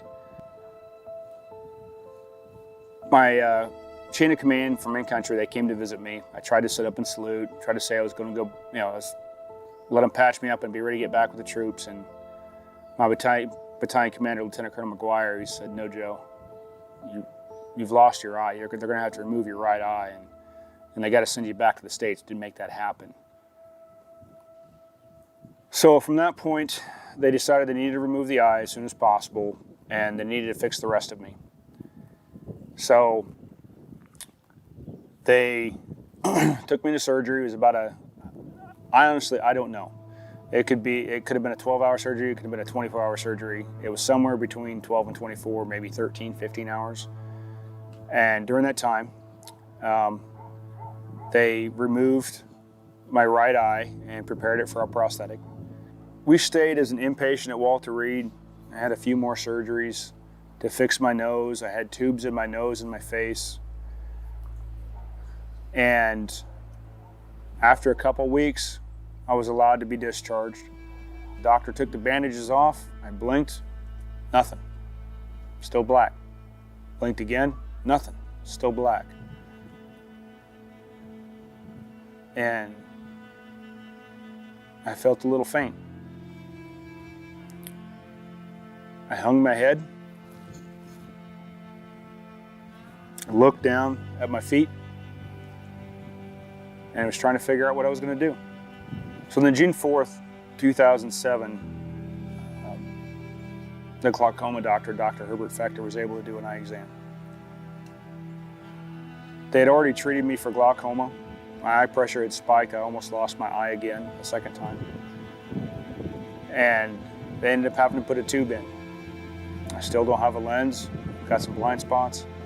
But when Dr. Fechter did that eye exam, I was able to see the eye chart, and I was able to read a few letters on the 2060 line. He handed me a lens. Tiny little lens, almost like a monocle to hold. And that was the first time I was able to look my wife in her beautiful face since I deployed to Iraq. In June of 2008, I received my letter to allow me to stay in the Army. By then, the unit was already deployed. I walked in the office with that letter, went to the Rear Detachment Commander, and I handed it to her. She picked up a phone. She called the office on post that needed to be called, and my orders got cut. Within a couple weeks, I was off to the Combat Readiness Center to get my equipment, draw my weapon, do some last-minute training, and catch up to my unit. I left my guide dog at home, I hid my cane, and I faked that this legally blind guy who only sees about that much of the world could get over there. And I did. I touched down and had my feet in Iraq by August 1st of 2008. And I did every job that I possibly could. I stayed mostly on the installation in Iraq as a Company XO. By then I was a captain. I was the HHC Company XO that I worked in the operations cell, helped target the IEDs. June 30th, 2009, I arrived back home at Fort Leonard Wood, Missouri with all my brothers and sisters. And when we walked in to that field house, and it exploded with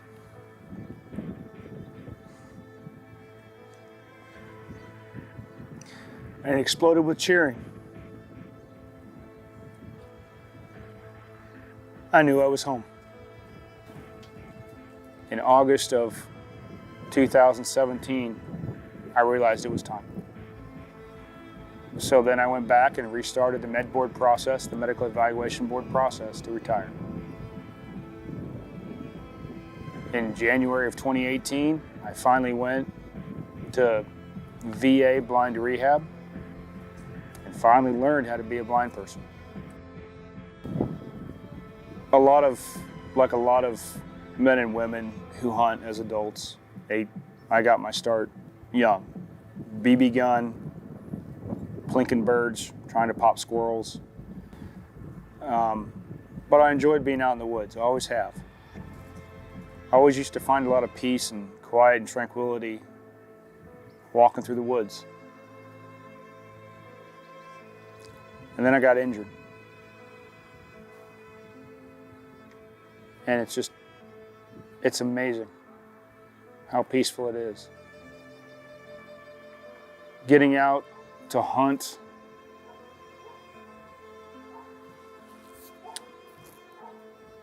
I'm going to borrow a word from a term that has become part of why I love to do it.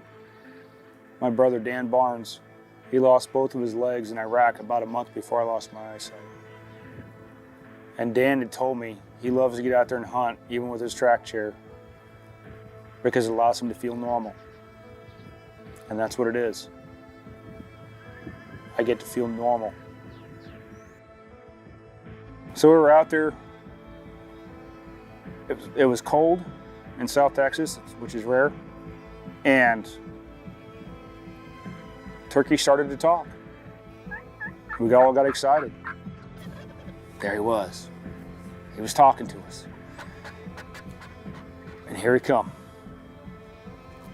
And he was bringing a buddy. They're coming straight to me. Let's see how they're coming fast. That nice long.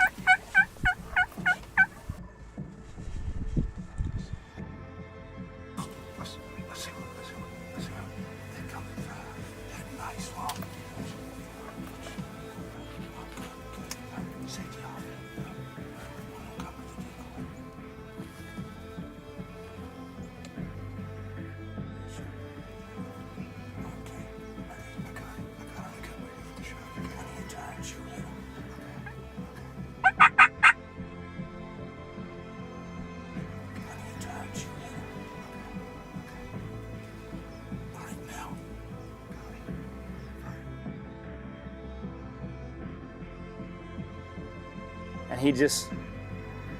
And finally he cleared.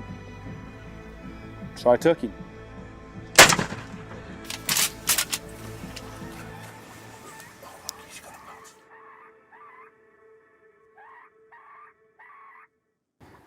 Jeremy's like, go ahead, Joe, take him. So I did that. I got the second one too, and I didn't expect it. I've never expected that to happen in my life. It was amazing. Have that opportunity. It's just thinking about it's got me shaking again. It's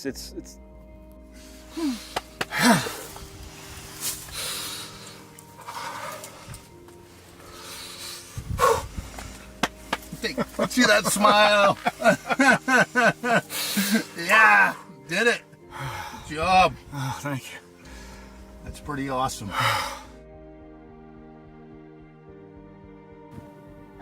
so cool, but I wouldn't be able to do that without great people like that are bringing me out here, and like my guide, Jeremy Judd, and great guys like Dave Hentosh, who create organizations like Veterans of Field Foundation. And getting veterans out on some of these life-changing hunts are just, it's healing, it's magic. It's, and we're just guys that got beat up doing our job, and people want to help us. Thank you. Thank you so much. To Major Joe Bogart, thank you for your service. And everyone at Mossy Oak is honored to know you.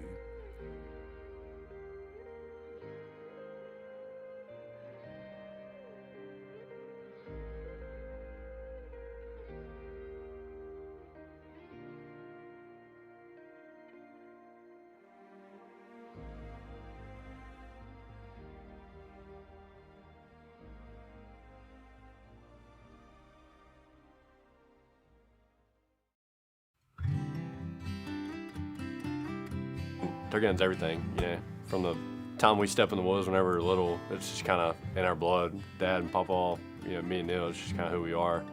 For us, it was when we were old enough to walk, 6, 7 years old, we got taught how to turkey hunt by Dad and Papa, and it's just kind of all we've ever known in the woods every spring. I mean, turkey hunting is literally in our blood. I'm Daniel Hayes, and I am a turkey hunter.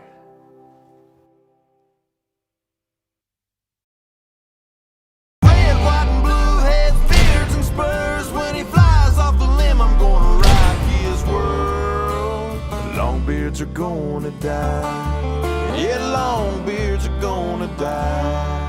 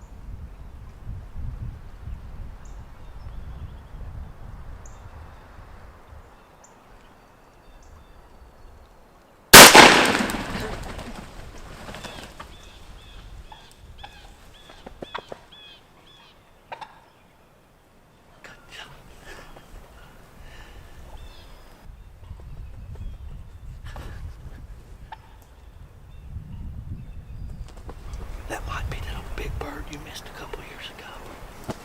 Huh? We'll see how big.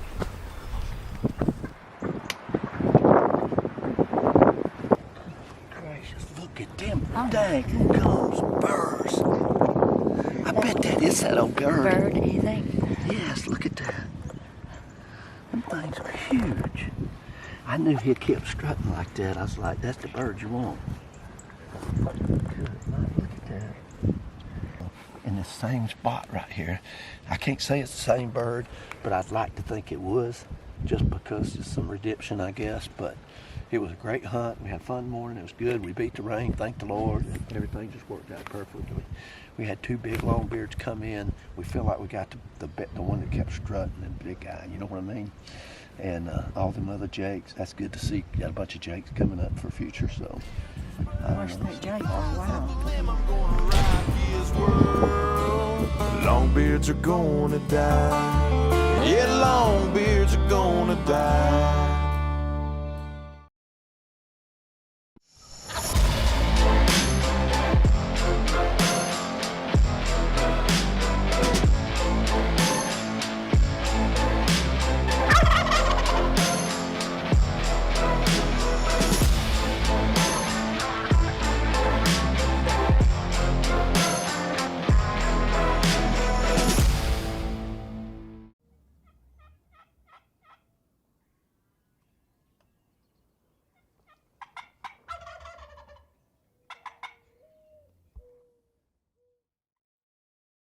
Well, that's it, week 5. Like I said, we're at the halfway point. This ought to be around the 3rd week of March, somewhere in there. So I'm gonna say most of y'all, except way up north or way out west, y'all are fixing to have already had your opening day. How special is that? You know, you can only have opening day once a year. And I'm telling you, watching all this content, you can kind of share opening days with everybody. These content providers do such a great job. Keep that in mind, because next week, next Wednesday, we're going to be right back here with week 6, Mossy Oak Turkey Season 2024.